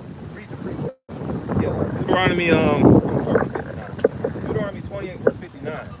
Then the Lord will make thy plagues wonderful, and the plagues of thy seed, even great plagues, and of long continuance, and sore sicknesses, and of long continuance. Verse 60. Verse 60. Moreover, he will bring upon thee all of the diseases of Egypt, which thou was afraid of, and they shall cleave unto thee. Verse 61. Also every sickness and every plague which is not written in the book of this law, then will the Lord bring upon thee until thou be destroyed. So the brother brought that precept to show that when you eat certain things, there are consequences to it. You know, that's why these heathens, they're not up under the law. So they can eat whatever the hell they want to. You'll see them do. Man. Whatever the fuck you Man. want to do, run a triathlon. And you get tip-top shape until it's about 80 or 90. As opposed to a Jake with a bad diet, he be on his deathbed by 40. Bro, it's a chink that's over there on TikTok. He famous. Man, he be cooking some of the wildest, nastiest. I done seen him cook like literally cow shit. Damn, that's crazy. You know what I'm saying? And eat that shit. And like you said with us, let them accidentally slide some pork into your meal. Man, your stomach gonna have you shitting that shit out as quick as it got in your stomach, man. Again, you see this guy with this Edomite, Bizarre Foods. Oh yeah, Andrew Zimmern. Yeah, he been doing that for years. All right, you know a nigga can't do no show like this. Right. He would have been on all the news outlets for goddamn being in the hospital. Right. You know what I'm saying? Double and missing legs and arms and toes and shit. You know, retiring early. But this nigga been eating Bizarre Foods for damn near 20 years. Right. All right. Oh, like that man that had that pig transplant. Oh yeah. Kidney. The kidney. Yeah. Jake. He didn't even make it. Did he survive a month? I think it was a month, I think he might have just been a month. That nigga was an experiment. They put a big kidney in his ass. But it probably would have lasted longer on the heathen. Oh yeah. Well, they should have tried that shit on. Yeah. That wasn't a. Trying on a fucking disobedient Jake. I would say that wasn't what they call it. That wasn't a proper specimen to try it on. I wonder how they presented it to him. Like, all right, man, you got 6 months to live. If you don't get a kidney, we give you this pig kidney. You might last a month, but how the fuck you spend that on somebody? Like, I take 6 months. Well, I eat pork, so it should be all right. Yeah. Right. Go ahead, bro. That's it on that. That's it on that. All right, let's get back into Leviticus 11. Leviticus 11 and verse 9. Then shall you eat of all that are in the waters, whatsoever have fins and scales in the waters, in the seas, and in the rivers, them shall you eat. Yeah. Verse 10. Again, because if your ass live in Michigan by the Great Lakes, that fish gonna be different than your ass living off of the Gulf of Mexico or South Florida, or you live out in California at Lake Tahoe, or you live by the Red Sea. The Lord is all about, he's about variety and spice. So there's all types, like you said. Imagine if the Lord did list, man, there's thousands, probably 10,000s plus types of fish in the ocean. Yeah. Speed, man, that bit. Talking about different types of chicken on the side. Like you said, we've been so They beat probably down don't in even know. Babylon the Great that when a nigga think I of doubt they chicken, even know. like when a nigga think of chicken, he just think of chicken. He don't ever think of, he think of, when you ask a nigga what kind of chicken he wants, his mind go to KFC, Popeyes, or Mrs. Winters. He ain't thinking about, he can't, a nigga, if you ask the average nigga out here to name 5 types of fish, 5 types of chickens, they couldn't. What type of cows are they? Shit, black and white cow. Dairy. nigga gonna say Chick-fil-A. These assholes think chocolate milk come from brown cows. Hey, but I just looked it up just for shits and giggles. It says almost 32,000 species of fish Yeah, come on, man. that they know of. Yeah. That's a lot of fish, man. The Lord couldn't, like you said, that'll be Leviticus 11 will be 1,000 pages, man. And then every time you gotta eat something, you gotta go through the list. Yeah, come on, You see man. what I'm saying? Instead Fish of don't saying went sour. a lot of requirements. Does it have this, and that? Right. You gotta look at the list every time you get ready to eat something. You know? That's Go right. ahead. Leviticus 11 and verse 10. And all that have not fins and scales in the seas and in the rivers, of all that move in the waters, and of any living thing which is in the waters, they shall be an abomination unto you. Yeah, so those that don't have scales and fins, that are in the sea, the rivers, and so on and so forth. That doesn't have them, they're unlawful for us to eat, so we ought to stay away from them. Right? You know? Verse 11. They shall be even an abomination unto you. Ye shall not eat of their flesh, but you shall have their carcasses, but you shall have their carcasses in abomination. Verse 12. Whatsoever have no fins nor scales in the waters, that shall be an abomination unto you. Yeah. Northern tribes, Northern Kingdom, love octopus. Yeah. They love that shit, man. Calamari. Calamari and octopus and all of that, you know. But that's all. You're not supposed to eat no God. Again, why you shouldn't eat pork is the reason why you shouldn't be eating no fucking octopus. Octopuses are extremely intelligent animals. You get what I'm saying? Yeah. You're not supposed to. Same thing with pigs. Pigs are extremely intelligent, highly intelligent, emotional animals. You're not supposed to eat that shit, man. Typically what we eat is dumb animals. Yeah. For real. Dumb, domesticated animals. That's mostly of what our diet is. Chickens, lambs, goats, cows.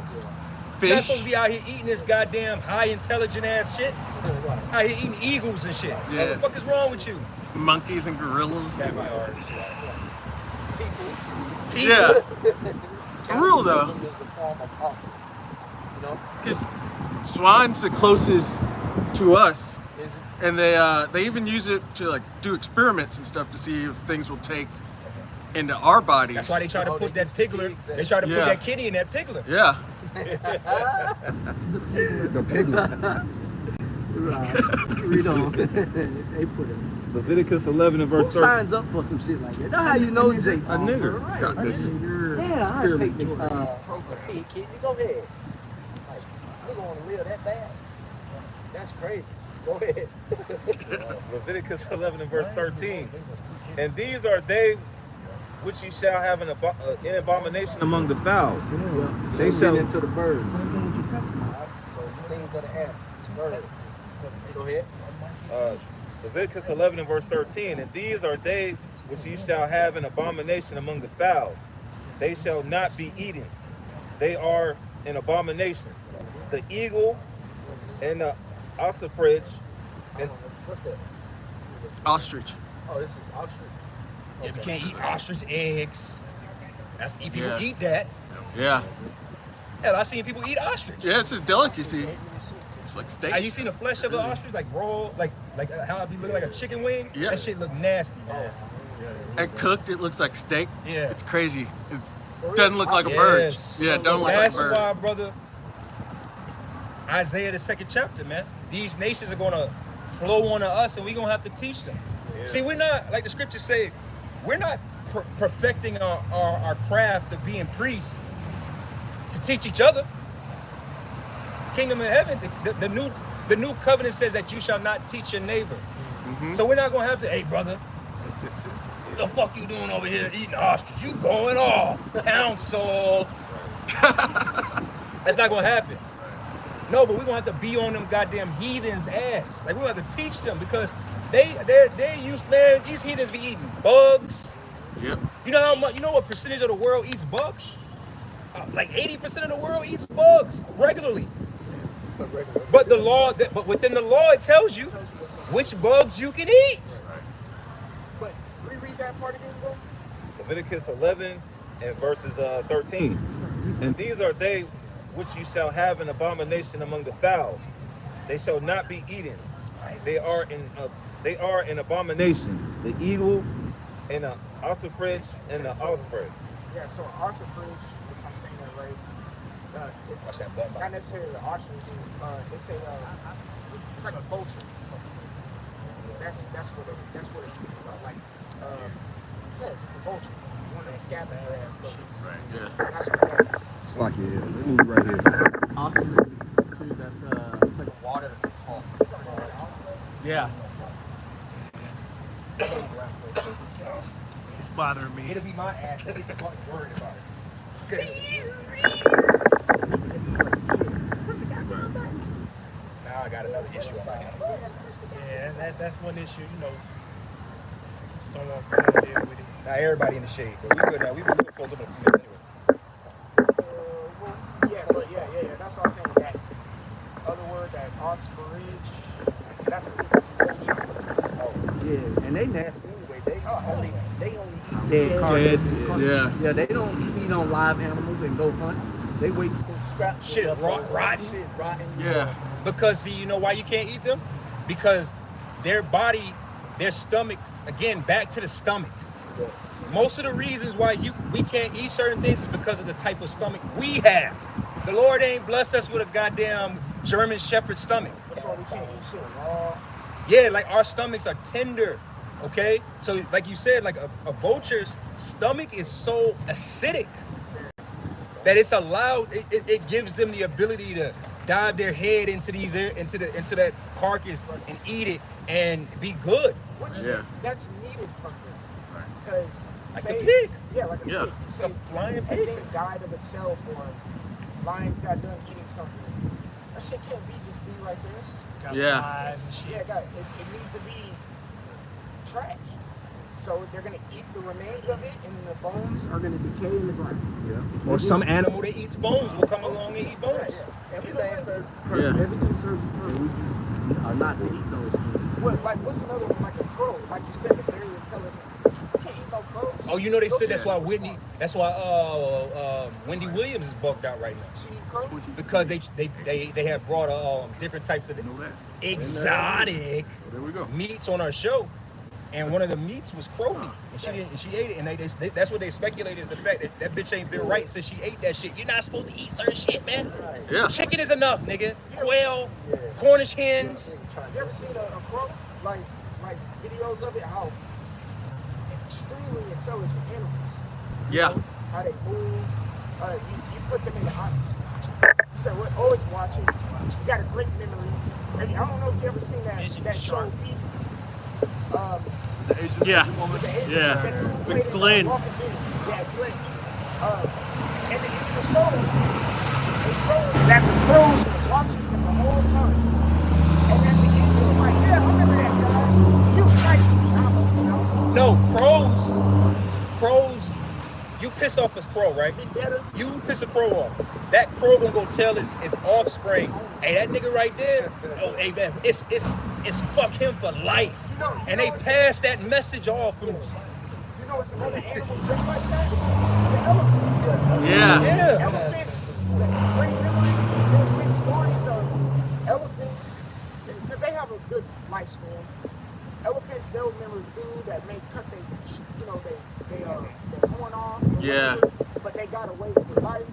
And then they see that dude again 15 years down the road and remember him and kill him. Trample that nigga. Remember that lady? Like that lady? Yeah, the elephant. Remember that lady? I forgot what she did. She was part of a poacher, like these poachers, and That nigga slid on the funeral. yeah, came and killed her, and then it came back to her funeral and messed up her body again. Like, Wow. See, That's what he's intelligent ass animals. He's a dumbass animal like a chicken that just peck shit off the ground. A sheep that just follows any fucking thing. Sheep are stupid animals. Stupid animals. Cows, fish are definitely. Yeah, we're not eating no. We're not eating eating. dolphins. I mean, that's a beautiful point. You said that. We're eating like groupers and snapper. We're not eating barracudas. Barracudas are extremely intelligent fucking animals in the water. You have to be smart to hunt. You gotta, like, there's certain fish, like, right, because even with fishing it, brother, if you go fishing, there's certain fish, no matter what you throw in that water, man, they gonna catch that, they gonna just take the hook, and there's some fish, they're like, They'll analyze. nah. But it might be even fish that you could eat, but yeah, I'm just speaking to the fact of, in general, you're not supposed to deal with these high intelligent ass animals. Man. like dolphins. Oh, that's Yeah. Eating dolphins, fucking manatees, and shit like that. Yeah. Like, no, man. That's why they got that big ass fucking shit. It's the brain, man. Fucking smart. You know? But nah, let's get back to this verse. Leviticus 11 and verse 14. And the vulture and the kite after his kind. Hold on now. I know you can just stay here, brother. We gonna close up in like 30 minutes. So, you know, it says that you're not supposed to eat the vulture. Don't let these dumbass Israelites tell you that you can't eat turkey. You never heard that? And turkeys are super dumb. People, because you got a doctrine in Israel that'll say that you're not supposed to eat turkey meat. Read it again. I ain't hear that. Leviticus 11 and verse 14. And the vulture and the kite after his kind. Because the turkey under Esau's classification of birds. Matter of fact, we can look it up, the classification of turkey, because turkeys are classified under the same family as vultures. But it's not the same, because clearly, like, a vulture eats dead animals. It flies high to the motherfucker. Turkeys might, and that's another point too. The birds that we eat as well, we don't eat these high flying ass predator ass birds either. Most of the birds we eat don't even get off the ground. Yeah, they classify them as residents. Look up the actual Latin term. Look up the Latin term of turkey. Yeah. Because you had that as a doctrine. That's the only reason I'm bringing it out, because you'll hear this dumbass shit. People will say you're not supposed to eat turkey meat as if you've gone into fucking Publix and you can go into the deli and go get a quarter-pound thinly sliced fucking vulture. Could you imagine going in the fucking deli trying to go get a sandwich? Yeah, let me get thinly sliced quarter-pound on a vulture meat. What the fuck? But this is the type of shit that Israelites will bring into this ministry of ours. And treat it like a delicacy. That's the thing too, with our people, all these things that we're not supposed to, they treat it like it's a delicacy. Shrimp, crab, lobster, pigs, they esteem it higher than the lawful foods. You know? They'll pay top dollar. They'll brag about you know, going to eat some off shit.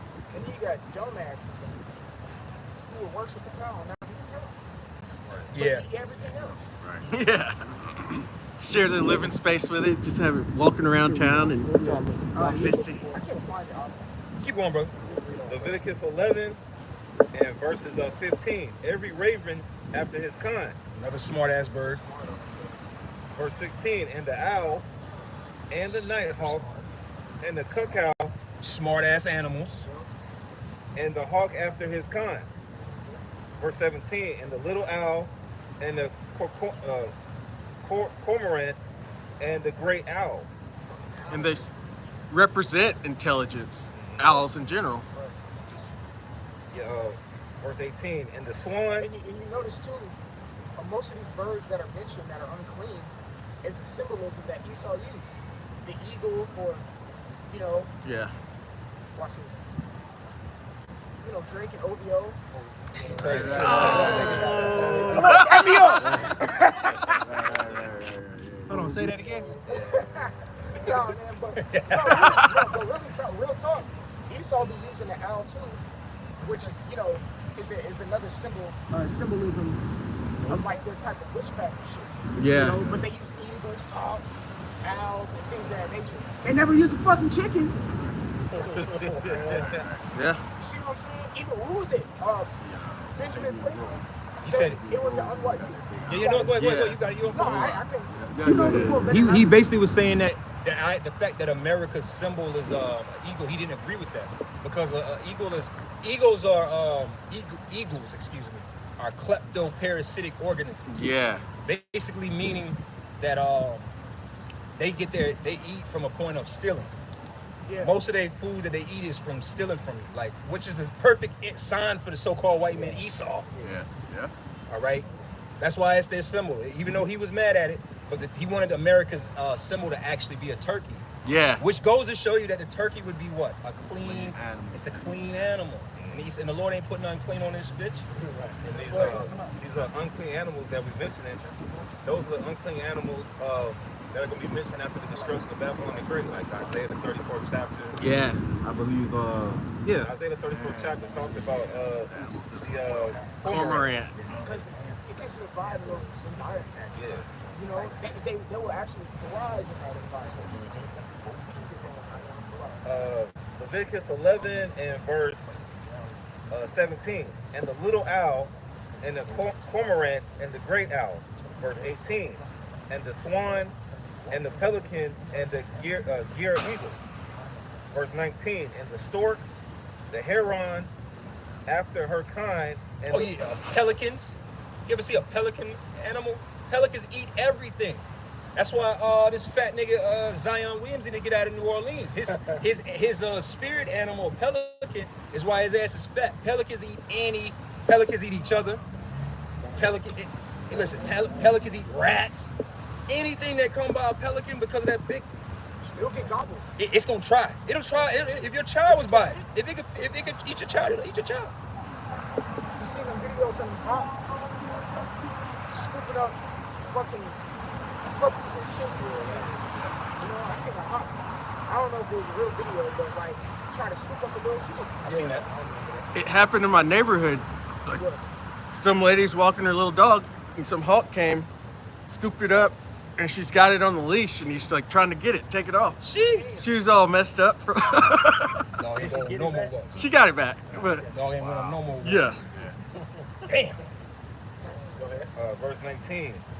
It says, and the stork, the heron after her kind, and the lapwing and the bat. The bat. 2020. Yeah. That's You real. know who the fuck they blame for that?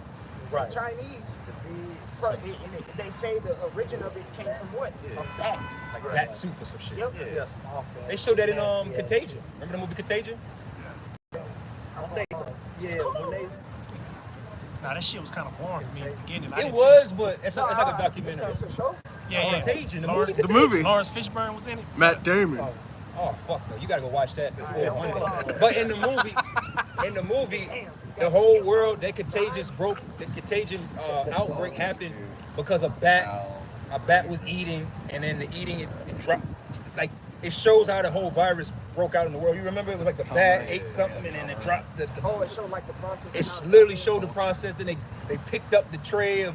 They brought the Oh, it went to a pig too. That's right. The bat ate something, and then the food that it ate dropped into the pigs. Someone ate the pig. And then the pig ate it, and then they brought all the pigs to the city to eat. And then the chef was about to chop open the pig. He's not washing his hands properly like how you're supposed to. He basically just got blood on his hands, and, and then shake hands. Oh yeah. Let's keep going. Yeah, we're keeping this subject matter because we're gonna close up at 30 minutes anyway. That lets you know, like, too, like, if they said that the boogeyman of 2020 came from either that suit, and then they put it on Blacks, Hispanics, and Native Americans, let you know that was some BS, man. Yeah, see, but that's the problem with our people. Is our people? Matter of fact, real quick, somebody get Jeremiah 10. What's that? Jeremiah 10 and 2. Learn not the ways of the heathen. This is Jeremiah chapter 10 and verse 1. Hear ye the word which the Lord speaketh unto you, O house of Israel. Thus saith the Lord, learn not the way of the heathen, and be not dismayed at the signs of heaven, for the heathen are dismayed at them. Yeah, so it says, learn not the ways of the heathen. These heathens have a certain way of eating. But our people go to Jeremiah 2 and 22. Why is that thy ways? Because our people are dealing with such a... That's why this message is really too high for the 2/3 of our people. Because we're out here trying to tell you, man, you're kings. You're royalty. The scriptures call the scriptures another term for the law in the New Testament is what the law is, the royal, you know what I want. Somebody look that up. It's like royal law or something. Look it up real quick. Just put on the word royal and see what comes up. This is a way of living in royalty. You know, you eat a certain way. You don't eat certain things. You only operate in a certain stance. But our people, because they follow after these fucking heathens, right? They seek after the love of the heathen. So now you got unions. You done married. You know, here it is. A Judite man married a fucking Moabite. That's what, matter of fact, read that. Read that real quick. Go ahead. Jeremiah chapter 2 and verse 33. Why trimmest thou thy ways to seek love? Yeah, why would you trim your ways to seek the love of a heathen? Right. Fuck these heathens. Straight up. We gonna roll over them and make them right whether they like it or not. So why are you trying to trim your way? They supposed to trim their ways to seek after us. We're the royal, not them. Okay, now go from there. Did you go to that? Finish that off. Therefore hast thou also taught the wicked ones thy ways. Yep. Now go from there to Deuteronomy 7. Because a lot of these issues come from marrying these goddamn heathens. Now you got a Moabite woman. Well, in my family, we eat beaver tail. And because you want some box at the end of the night, you over there with your fork, over there with your chopstick, eating teriyaki beaver tail. Who told you to do that shit? Go ahead with it. Deuteronomy 7 and 2. And when the Lord thy power shall deliver them before thee, thou shalt smite them and utterly destroy them. Yeah, not trim your ways to be unified with them. Keep going. Thou shalt make no covenant with them. Yeah, see, this type of shit come with making covenants with people. When we and you, we want to have, let's just say I have a business and you have a business and we want to unify those businesses together. How do we normally do that? Over dinner. Right. Isn't that how, that's how most things operate. Yep. In most cases, when you and me or some people want to be at peace with each other or do something, it's going to be over a dinner. Yep. But now, you're doing that trying to make covenants with heathens, and they're bringing you their Old maid. their fucking Or it's, Hubbard. I don't know. We done named all the demonic dining. the demonic dining of these heathens, man. So a lot of it got to do with not dealing with their ass. One of the biggest examples was King Solomon. Yeah. All those heathens. And guess what? He went off. It happens. Yeah, that's why they call him the most righteous. And they even call him one of the top warlocks. Yeah. Yeah, he was good. You really wouldn't be wicked if you said that King Solomon might have been one of the most wicked kings of Israel. They even say that star. They call it the Seal of Solomon sometimes. King Solomon introduced a lot of wickedness into Israel. You know, Oscar Bar pissed a lot of Israelites off when he did that Ellie video. Yashwamba definitely did. But you know what I mean. I ain't gonna say it, but yeah. That was a heavy video. I ain't gonna heavy video. But yeah, we ain't gonna talk about that. That's how heavy it was. But keep going. It says, Lord, show mercy unto them. Yeah, no, show mercy. Don't let your fucking guard down with these heathens, man. These heathens will have you in a trick bag. They try it. You're like, I remember I had a Moabite roommate when I was in college. Nigga brought some shit home back to the room. Like, man, you gotta try it. I'm like, yeah. Man, I couldn't tell you what that shit was, and I don't even want to know what that shit was. To this day. To this day, okay? That was like 20 years ago, but like, I remember, you know, like, you could tell when the chicken's in your mouth. You can tell when like a beef meatball or turkey. There's a difference between chicken meatballs, turkey meatballs, and beef meatballs. You can tell. Yeah. But this, I spit that shit out like, man, I don't know what the fuck you said, man. But I'm just speaking to you. That's what happens when you put yourself in these situations and scenarios with these goddamn heathens. I got this. Go ahead with you. This is Nehemiah chapter 13. Oh yeah, you go, yeah. Verses 23. Because when you get a heathen woman, what is she gonna cook? What her father wanted. I need a nigga woman or a Spanish woman from America. Fuck that. I don't want you making no goddamn. I don't want no fucking food. Even shit, I ain't going to see even then, though. I got a Spanish woman. Taught her how to make grits and eggs. That's right. What the fuck you talking about? You know? Yeah. That's Tacos. tacos. I want grits and eggs. Harmony. That's really what it is. No, That's they what gonna grits learn is. what you They're gonna learn what you want to please you. So you get you a heathen woman. What the hell you think she gonna cook? She gonna cook what her father wanted. Tacos. Squid brain. I don't even know if that's a thing, but you get my point. Squid, monkey, possum, souffle. Probably is. I knew the Moabites when I went to Bible school back in the world, and sometimes they'll come to school, their bowls will be filled with fish brain. Yeah, see? But you It can look eat. like a fucking brain. I mean, well, no, you guys supposed to eat inwards. But say what? that's what you eat inwards and organs and shit like that.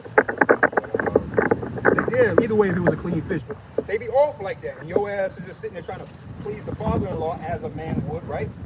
And you're like, hippo is good. You a coon and you a simp. You weak. All right. Any more of that? Yeah. Read your point. It's like Nehemiah 13 and verse 23. In those days also I saw I Jews that had married wives of Ashdod, of Ammon, and of Moab. And their children spake half in the speech of Ashdod, and could not speak in the Jews' language, but according to the language of each people. That's why, again, brother, are we going to deal with the other nation women in the kingdom? Absolutely. But it's going to be in order, because really at the end of the day, like we brothers, we speak about, when we think about this subject matter, bro, the Israelite women are going to be perfect. Why are you going to leave perfection to go deal with imperfection? Somebody that keeps the law perfect, you're going to leave somebody that keeps the law perfect to go deal with somebody that can't comprehend or understand that what we're talking about right now? So again, it's about leveling up and not just thinking about things with your rod.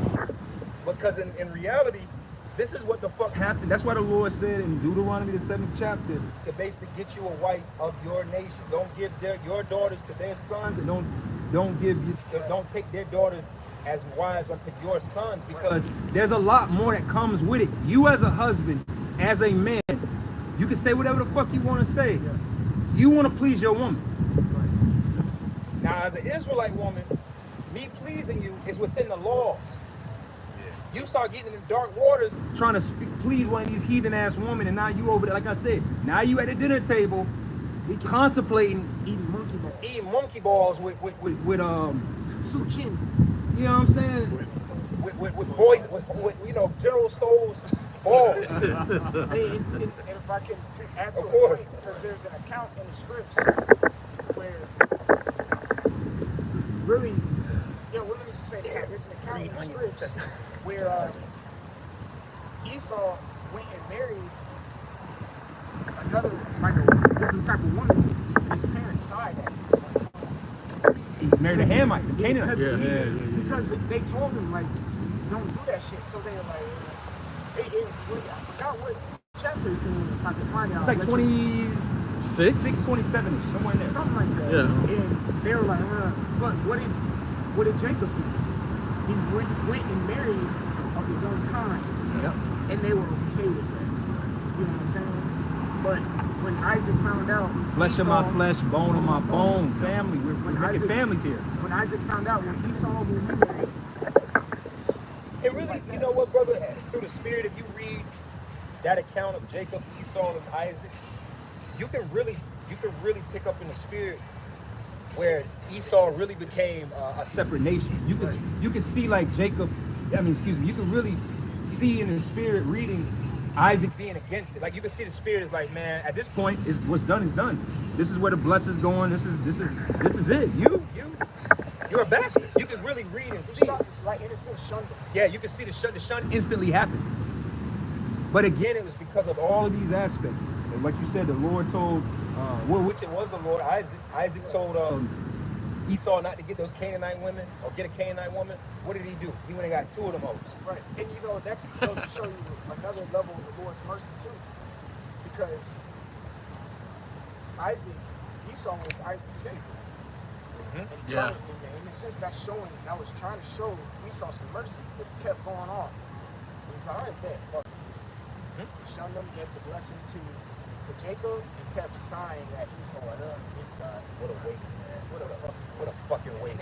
hey, that's what his name is. Yep. Wasted away his name. What a piece of shit son. Yeah, that's exactly what it was. Because sometimes you gotta read the scripts like you're in day-to-day operations to really feel it. Yes. Like, wouldn't you be pissed if you told your son, hey man, don't go marry this white bitch. And he goes fucking marries a white bitch, you're gonna have a little salty taste in your mouth. Right? Just with anything that you tell him to do or not, he does opposite. Yeah. It's gonna be like, It also speaks about his character too. When he dealt with Jacob, you know, for that little morsel or whatever, gave his birthright up, right? How patient he is, how disobedient he is, and eventually when a person's like that, and you gotta remember back then they lived a little longer. Right. You know? So to be that disobedient, impatient, wicked, quick temper, that's a good one, man. Very quick temper. That's fucking irritating. he was a liar. Stealing. Tried to lie his way back into his birthright. Yeah. Fucking the nigger. He is the original nigga. A fucking schemer. Because he said once my father dies off, Then I'm gonna kill My Jacob. brother, my brother's dead. He was scheming on Jacob. He's still doing it to this day. He hated his brother. How can you like an individual like that? Even if it's your son. So what the Catholic son? Shun that motherfucker. Now he's a bastard. That's why he's a bastard. Which the word bastard means an illegitimate child. He lost your inheritance. This is deep. This is serious stuff. Was that it on the Deuteronomy? Listen, little boy, finish that. Verse 3, neither shalt thou make marriages with them. Thy daughter thou shalt not give unto his son. Thy daughter thou shalt not give unto his son. You're not supposed to give Your daughters to these damn. heathens. If you're doing that, you're a whoremonger. Right. Yeah. You're selling pussy at that point. Yeah. Because that's the problem. See, this is these women out here. They don't Comprehend that they are simply the incubator to the child. That's all you are. listen. We're the seed provider. Think about it. If I got an apple tree and I plant that apple tree, listen. If I love a type of apple, Honey Crisp, right? Honey's crisp apple seed. I plant that shit in South America. Still a Honey Crisp. Yep. That sort. I plant that in Asia. It's still a Honey Crisp apple, right? But these women have this idea that they are the they have something to do with the genealogy Springers of the life. child. All right, no, you just are a bearer of life. That's why we have both fathers on. They Right. will hit you with, you say incubator. What about a chicken egg? Yeah, because that's a good point. Same Because fucking chickens lay eggs all the time. Yeah. But it takes the rooster to come by and actually Serenade, whatever that word whatever the hell he got going on. You know what I mean? Yeah. To put life into the egg. So that's a great fucking point. That's actually a really good point. You're right. That's what women are. You just your heat and comfort incubator. You just watch over. They don't want to deal with that, so they believe in this whole, the black woman is God and all this bullshit. And it's just like, man, shut your fucking ass up, man. Shut up. It takes both of us to create a child. Like, don't get it bugged out, but Yeah. On the brother see that clip on Jacquees and his baby mama, Deion Sanders' wife, well, she was telling him, like, no, that baby ain't gonna take on your last name. He gonna be a Sanders. We're not even married. I'm thinking, like, this nigga simple. It don't matter what y'all doing. The child takes the father's last name because he has to see. But you know what? That's why these stupid, smooth-brained women. What happens to what you say? That little Jacquees Jr., as we'll call it. Yeah, that's what he wants. Quay Jr. Quay Jr. is going to grow up and do what? Be a junior. He's going to be a splitting image of his father. And then these hoes get mad at that shit. And then that's when they want to get rid of the child, because the child, your son is literally, matter of fact, your children, really, son or daughter, is legitimately it's like you cloned yourself. Check this out. Marie was talking to her friend on the phone last night. She was on a video call. And I walked by. Homegirl thought that was my son. Yeah. Because he looked just like you. It looks just like you. Like, Yeah, you're right. Childbearing is literally like you're cloning yourself, and a woman is part of the process as well. But at the same time, like you said, that dumbass idea, like he's not gonna take my last name. He doesn't have to, Hope. He is his father. Right. Exactly. Sanders or And then these dumbass women, this is why, again, you got to stay within the scriptures and the law. These dumbass women, you gave your father's last name to your child. These bitches be like, I'm not going to give my child your last name, but then turn around and give their father's last name. It's still a man's last name, ho. That's a loss. These hoes don't get that shit. They don't get that. Nigga, your last name is not of yours. Ain't no bitch out here ever create a last name. And it's short to be like, I'm going back to my maiden name. Your maiden name is your father's Daddy's name. name, bitch. Stupid. All right, we Where it says, nor his daughter shalt thou take unto thy son. Right.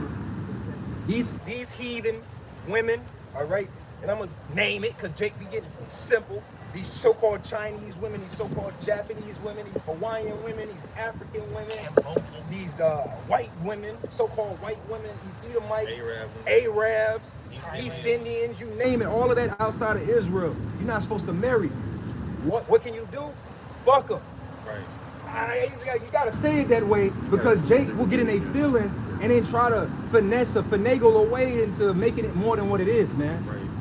They are lesser, second-class wives. That's all it is. Will you probably fall in love with her ass? Of course, it's a connection, but it's gotta be lesser than an Israelite woman. Because why? Tell me why. Now we're dealing with the intelligence and the intellect of the law. What is the real reason why you're not supposed to take a heathen woman as a wife? Why is it off to marry a heathen woman? To your point, think about it, yeah, think about it. to your point, because It's what happened simple. to you is what happened to King Saul, right? Kinda, but think about, You're more liable to worship other gods. that's part of it, but it's even beyond before you get to that point. Why shouldn't you, according to the law, marry a heathen woman? Think about it. It's simple.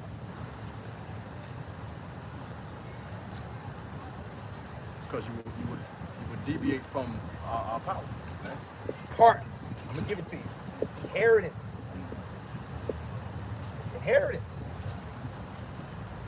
If you marry a heathen woman and now you're leaving your goods, see, we don't think about, this is why the act of sex has been diluted and bastardized in such a way in this American society because we don't see it from these points.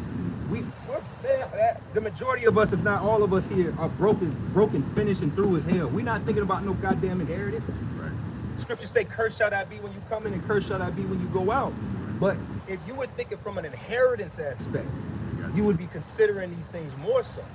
If you had $100 million to leave, gonna marry the heathen. You gonna marry a heathen and But you ain't have no kids. you ain't had no kids. Or you're a father and you're worth hundreds of millions of dollars, billions of dollars, and now you got a son, or you got daughters. Matter of fact, you got daughters. You want him to get it with a heathen father, a heathen man, and now what are you doing now? That inheritance gets transferred to them. That's how a lot of these heathens they were able to push us to the bottom by intermarrying. It started with Esau intermarrying within us, and then what happens? The son dies and leaves it to his heathen child, heathen woman, or the heathen, vice versa. You get what I'm trying to say. But this is the type of stuff where why I'm saying that. It's not just simply because it is all of that, but really through the spirit, it's really an inheritance thing. And we don't really consider inheritance in this place because we're through. We ain't got shit. So the average man is just the average Israelite man. I'm not even, matter of fact, not the average. The problem with Israelite men is that they are so poor and poor-minded that they don't really take to heart these types of situations and scenarios. Can I ask? Of course. Because you keep saying inheritance, which you got that word heritage. Okay? And what did the scripture say? You should take away our heritage from us. Yeah. So what heritage do we have, or in a sense, what legacy do we have to continue? Yeah. We don't have anything. We're not even in our own land. We don't own nothing. We don't do nothing. So what legacy, what type of fucking heritage or inheritance do we have to give over? Most of us just have a fucking apartment that's not even ours. We're still paying rent. Still paying mortgage. See what I'm saying? What do I have to give over? But if you had 1,000 acres with 10,000 cows on it, and a bunch of gold and businesses, we would be having different conversations and thoughts. But the problem is like I say, the Lord is thinking we are people of inheritance. Good point. Keep going with that. Verse 4. But they will turn away thy son from following me. That they It's part of our inheritance. Go ahead, brother, go ahead. That's where the scripture Yeah. says, work out your own salvation with fear and trembling, so we can enter into our inheritance. All right? So work out your own salvation, so then you can establish that which we got. See what I'm saying? We don't got shit. I was mentioning, whispering back here with your brother. He said, all we have to give is our last name. And even our last name came from fucking Hebrew. Right. Yeah. That's real. Damn. Even our last name, that's why when we come into this thing, we acquire, we give each other a Hebrew name. At least that's something. Right. You know what I'm saying? Show me in the law. Show me in the Bible where there's a last name anyway. Right. Right. Yeah, so it's the son of. Okay, you're the son of. I'm an that's Israelite. I'm an Israelite. This part of the land. That was Yeah. Carpenter. that was Jacob's first name. I'm an Israelite. That was Jacob's first name. His name got changed to Israel. So he would have been like. So in the Passover sense, Jacob would have been like, or Israel when his name was changed to Israel, it would have been Yasha'Allah, Bun Yahweh, Bun Yasha'Allah. So it's like, Because we entered into that inheritance. right. But see, You mean Bun Isaac? You said Jacob. Oh, right? Yatzazar. Bon Yatzazar. But yeah, You because just said Jacob. Abraham, Yeah. Isaac. No, Jacob's last name got changed. or Jacob's name got changed. No, but you said Bon Yahweh. Yeah, I hear what That's one of his sons. Right. I'm just saying. It'd be. Yeah. I get what you're saying. I get what you're saying. I get what you're saying. You're right, because he wouldn't have been. He wouldn't have. Technically, at that point, he wouldn't have been a son of. I get what you're saying. Yeah. I get what you're But we get what you're saying. Yeah, I get what you're saying. I get what you're saying. Yeah. But you know, Both it's of them just, make sense, yeah, you see what I'm saying? We don't have nothing to give. You know, so it's like, That's why you should hate your life or have no problems hating this, because we don't got shit. But we're rehearsing the righteous acts to have an understanding of why. Because, like I said, brother, you can deal with concubines. I'm not out here telling you, hey, brother, you go out here and a damn big booty Moabite want to give you some. Hey, man, get that. Man, knock it. You say take that, but Knock it down. I said one more thing. Of course. Because, you know, all of us here hope each one of us make it. We're talking about a name. Like, I genuinely hope you make it. I don't know my name. We don't know it. we just hope our name, our real name, is written in that book of life. That's what we want. I don't know what my real name is in that book of life. Lord willing, it's in it. You see what I'm saying? But we're just, like you said, we're rehearsing the righteous acts. We're rehearsing the righteous acts. Giving this brother a name, giving him a name, giving him a name, giving myself a name. You see what I'm saying? So when we're rehearsing that righteous act, a lot of us be realizing, yo man, you know what? I got a Hebrew name, but this name kind of fucked up. Because we're rehearsing. Yeah. I mean, in the senses of just you know, you're learning. We're learning. That's why the scriptures say we should just be surnamed Israel, man. Because we come into that inheritance. You know, keep going. It says, for they will turn away thy son from following me, that they may serve other gods. So will the anger of the Lord be kindled against you. So you were correct in the fact of following, that's what the scriptures are saying, but we wanted to take it a little further in understanding we're lawyers here. You know what I'm saying? Like, we're priests, we're judges. So we gotta really, like how the Lord was dealing with when he was on the scene, the scribes and the Pharisees were trying to be like point for point in the law, and he was killing them he took it to another intellectual level with the law, which is the spirit. So that's why I said this is an inheritance thing. All right, that's what this has to do with. So keep going, brother. It says, so will the anger of the Lord be kindled against you and destroy thee suddenly. Yep, that's it on that? Yeah, that's it. Now go back to that Nehemiah, because in Nehemiah, as the brother's reading, Jake had to put away their heathen women. All right? But again, like I said, you can deal with concubines. Now again, the scriptures say, I'm all over the place a little bit, but the scriptures say, though it's lawful, it may not be expedient. How the hell you gonna have a concubine and you a slave your own goddamn self? Think about that. No? Think about what I'm saying here. Yeah, you know, I got a concubine right here. No, the fuck you don't. You are property.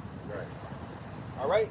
Just hit Becky. She just fuck with you, that's all. Yeah, just keep it at that level. Now you wanna love, like, cause we had Jake, man, you remember the ponytail prophet?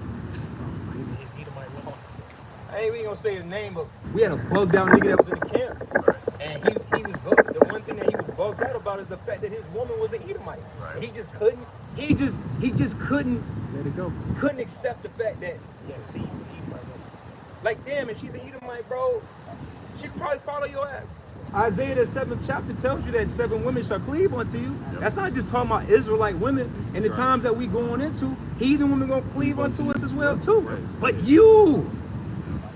we gotta have the intellectual understanding to categorize this stuff in the right category. Right. Don't treat Israelite women like they concubines, and then turn around and treat heathen women like they fucking princes of the Lord, princesses of Yashala. All right, it's a balance to it. But he couldn't, the ponytail prophet, he couldn't get that out of his head, man. So you know what? His beige ass and his cracker woman ass is out here just finished, and they both gonna eat a missile. He couldn't get it. He couldn't get his mind right. So this whole family gonna eat a missile, and I pray they do. Fuck that nigga. Right? Keep going. This is Nehemiah 13 and verse 23. In those days also saw I Jews that had married wives of Ashdod, of Ammon, and of Moab. And the children spake half in the speech of Ashdod and could not speak in the Jews' language. That's what happens, man. You get with these heathen women, it becomes a goddamn competition within the household. My culture is better than your culture. We are the only ones with true culture. That's why all these heathens are going to lean onto us. Get Isaiah the 2nd chapter, man. You think it's going to be any of this other type of cultures out here? No. They going to learn Hebrew.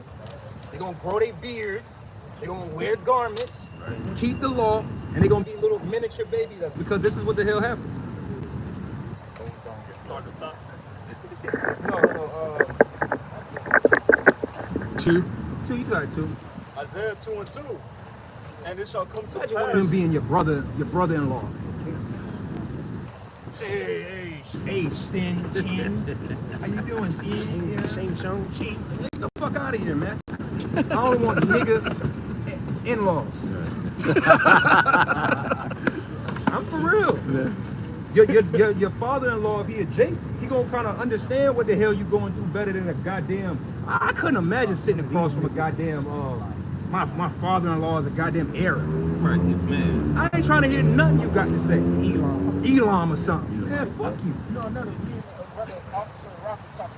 Yo, Jesus. That's the problem. Yeah. But see, when Jeezy got married, see, I knew that marriage wasn't gonna last when they announced that they were gonna have 2 weddings to yeah. When they announced that he was gonna have 2 weddings, I knew it was over. Yeah. His family won't for her. She was trying to get him to make that kid like Yeah. See, that's what happened. See, we talk a lot of shit about the nigga woman, but really, nigga woman ain't gonna gonna have you in nigga shit, nigga problems. Yep. I don't want to deal with Moabite woman problems. Yep. I couldn't imagine it. Man, imagine a Moabite woman, one of these Moabite women talking shit to you. I probably.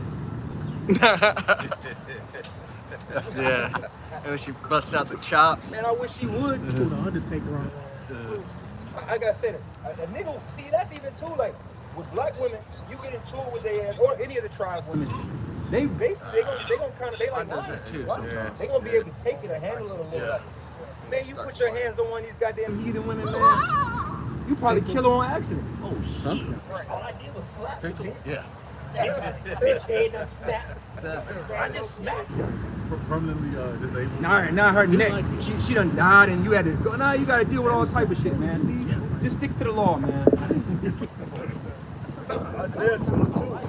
And it shall come to pass in the last days that the mountain of the Lord's house shall be established in the top of the mountains, and shall be exalted above the hills, and all nations shall flow unto it. All nations. This is the kingdom of heaven. All nations are gonna flow unto us because why? We got the answers. They don't. They don't. See, in our culture, arranged marriage is a thing. Right? Yeah, because I'm gonna say too, because when you come back to your heritage, you know that arranged marriage is in the scriptures. That's what he says. But they don't do it right. Yeah, they do it right. You know how these we're gonna close up here. You know how these Elam and these so-called East Indians get down with their arranged marriages? So you gotta to really understand these things, you gotta know your own tribes and you gotta know these other nations. These Elamites, their family over there in India will call them up to come visit the family over there. It happens all the time with men or women. Men will just go over there to think they're gonna see their grandma, and now this nigga's married. Right. You get what I'm trying to say? Like they the way they arrange. See, we arrange marriage this way. And you know what, bro? Me and you, we close. You know what? When your son reaches a certain age, hey man, I want you. If you maybe we can work out something with your son and my daughter married. Yep. We already have a loving rapport with each other. Like for us to even have that conversation, that means I love you, man. My family, man. We might as well just go ahead and make it family, bro. Be around each other. You know what it's called? You can read about it in 1 Kings. It's called infinity. Yes. Where it really, an infinity happens when you bring 2 families together through the marriage. Because that word came about when King Solomon married the Egyptian princess, I want to say. And they made an infinity to Egypt. Yeah. And then, of course that brings everything bigger. But in your sense, bro, in Israel, like in the kingdom, say, my daughter, I have That's what we gonna do with each other. Yeah, 3 sons. I have 3 daughters. Oh yeah, we'll link this up. Now we making bigger money, man. Now it's like a family unity. Now we're interconnected. You know what it does too? It also keeps our daughters from marrying niggas. Right. You don't want your daughter married just any type I of know how this man raises his children. respectable, believes in the Lord, he follows the law, he takes care of his business, because at the end of the day, when you put the families together, it increases the economy of your family now. It goes back to heritage. Right. Back to heritage. And that goes to that saying, it takes a village to raise a child, or you created through that affinity, we created a great community. Because a nation is just simply it's a family. A family turns into a clan. A clan turns into a tribe. a tribe turns into a nation. That's why, matter of fact, you can drop that, because that's the point. Go to Isaiah 60 and like the last verse, and we're gonna close up there. But the point of what we're talking about here is these heathens and how they do arranged marriages. That shit is violent. That shit is, it's really out of order, uncomfortable. Like I said, imagine you an Elamite, and you live here in Georgia Tech. You go to Georgia Tech, you Americanized, and your family asks you to come to India. And then I'm telling you, this happens to the men and the women. You just show up off the plane. You here thinking you just about to eat some naan bread and chicken, butter chicken. The whole time, chicken masala. And the whole time, your ass is getting driven to your own wedding. Imagine that, man or woman. Man, you a man and you don't know the woman. You haven't even laid eyes on the fucking woman that's supposed to be your responsibility because somebody in the family said, I need to get rid of this daughter and I'm gonna put it on him. You know what it shows? The fuck out of You here. remember that movie with the dragon with who played in that? Millie Bobby Brown on Netflix? Yeah. What's it called, bro? Bro, it just came out. It just came out. I know Bishop talking about regular. A damsel. A damsel. Yeah. It happened to her and that. Yeah. Didn't even meet the dude. Yeah. Nothing. They was gonna have the wedding. And then she met him the first day and was like, oh, this is it. You know? See, that's out of order. She said we prepared our daughters to marry the sons. Right. It wasn't just like, oh yeah, the day you getting married, yeah, he is. Goodbye. Come on, man. What is it like? A small shall become. Yeah, that's right. Yeah, we're good there. We're gonna close up there. Isaiah 60 and 22. A little one shall become 1,000. See? And Go a ahead. small one, a strong nation. A small one, a strong nation. So again, like I said, The king shows you that marriage. nations start out as That's a good answer. a family. A family Seen turns with, into a clan. Timothy A clan Chalamet? turns into a Is that his tribe. name? Yeah. Skinny? A tribe becomes a whole nation. really do. So the scriptures are telling us that the Yeah. smallest, the least of the Israelite in the kingdom of heaven is going to basically be as a small nation. Have a bunch of people around. And that right. But imagine the elect. The elect, if it says the least, what does it say? Read it again. Little one A shall little become one. 1,000. A little one. Go ahead, read it again. Keep it going. And a small one, a strong nation. A small one, a strong nation. So what's the great ones going to be? The great men, man. You're gonna have worlds. You're gonna have literally like worlds of families. But the least of the nation of Israel is going to like still be a nation. Still like you. Yeah. Matter of fact, somebody look that up real quick. How many people make up a nation? It reminds me I of wonder if there's a number to that. the Invisible show with Omni-Man. He left Earth. Basically, he went to another planet, make a whole other family. And he met, and they was like, yes, that's my dad. See? That's how it's going to be. But it's all like you said, inheritances, marriage, weddings. We're going to really get to experience these things. Jake be down here, be afraid of getting married. And we're gonna experience what a true family is supposed to be. Yes. We're family out wicked, bro. They don't got it, man. They don't got it. Like it's a damn shame. Like a lot of us are in our 30s, pushing 40s. You get what I'm saying? But really, we really kind of are the wisest, most. Really, we the heads of our families. Right. Already. We're the elect. If we, matter of fact, if we are genuinely of the elect, we actually are the head of our family. But even in your dealings with your family, I don't know about y'all brothers, but man, when I'm around my family, you can tell like, nah, nigga, this is my family. Because we think from a family perspective, like how we deal with it. This is a family. Nah, brother, you gotta ride home, you need something to eat. Okay, as a matter of fact, I'm gonna cook something. You hungry? Get the plate, man. Make sure the plate's is full. Make sure the drinks. That's how a man of a family is supposed to operate. But the men of our family, they get into family reunions and shit, and they just disappear. Now it's grandma and aunties running the show, causing confusion and strife. When they supposed to be in the kitchen making mac and cheese and roasting chicken, but instead they the ones praying over everybody, facilitating, controlling, scheduling, the whole nine. That's why the scripture says, the curse of the mother rooted the foundation. Ooh, that's good. That's good. Anything come up? It didn't necessarily give a number, but it says, what are the 4 requirements for a nation? It says, by contrast, the declarative theory of statehood defines a state as a person in the international law if it meets the following criteria. A defined territory which goes back to the land. So the Lord, so we started out in Egypt. 70 souls went into Egypt, which was just a family, right? Same father, sons from the same father and their wives. It was a family. Check this. Only 2 people went to the promised land. No, yeah, I'm talking about when we went to Egypt. Right. But even so, no. 2 from the old. 2 from the old, but I'm just saying, So like, you're talking about when Joseph was in the rulership in Egypt? Yeah. We started out as a family. Right. It was Yeah. 12 sons and then their father and and their wives and their children. Right. And then we went down to Egypt. Yeah. And then after we left out of Egypt, we got delivered by Moses. Right. Then that's like going into the land. The Lord was preparing the land of flowing with milk and honey. But we multiplied. Yeah. They said it was like millions. Think about that. Millions in a 400-year period. We went from 70 souls to millions. That's why Pharaoh was all, man, we got to do something, man. These motherfuckers is, they gonna take over. Shit, man. Every time I look up, goddamn, there's more of them. Yeah. Any more to that? Is that it? it says a permanent population, a government, and a capacity to enter into relations with other states.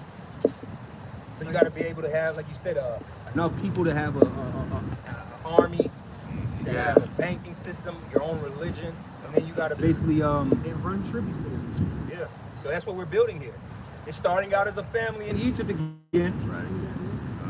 See, it's all of us as a family. And then as it grows, we're going to get back to the reproducing and multiplying. See, right now, man ain't supposed to just have 2 kids, a woman. Man, you're not supposed to count this shit, man. That's how it's going to get. You're going to have to need spiritual powers to count your fucking kids. Hey, Salaki, hey, you go ahead and cut it off, brother. Hey, we want to give all the glory and honor to Yahweh B'Hashem, Yahushua B'Hashem, B'Hashem. Hey, double honor to 2 apostles, elders, shalom. I'm talking out your camera already. I'm like, wait a minute, man.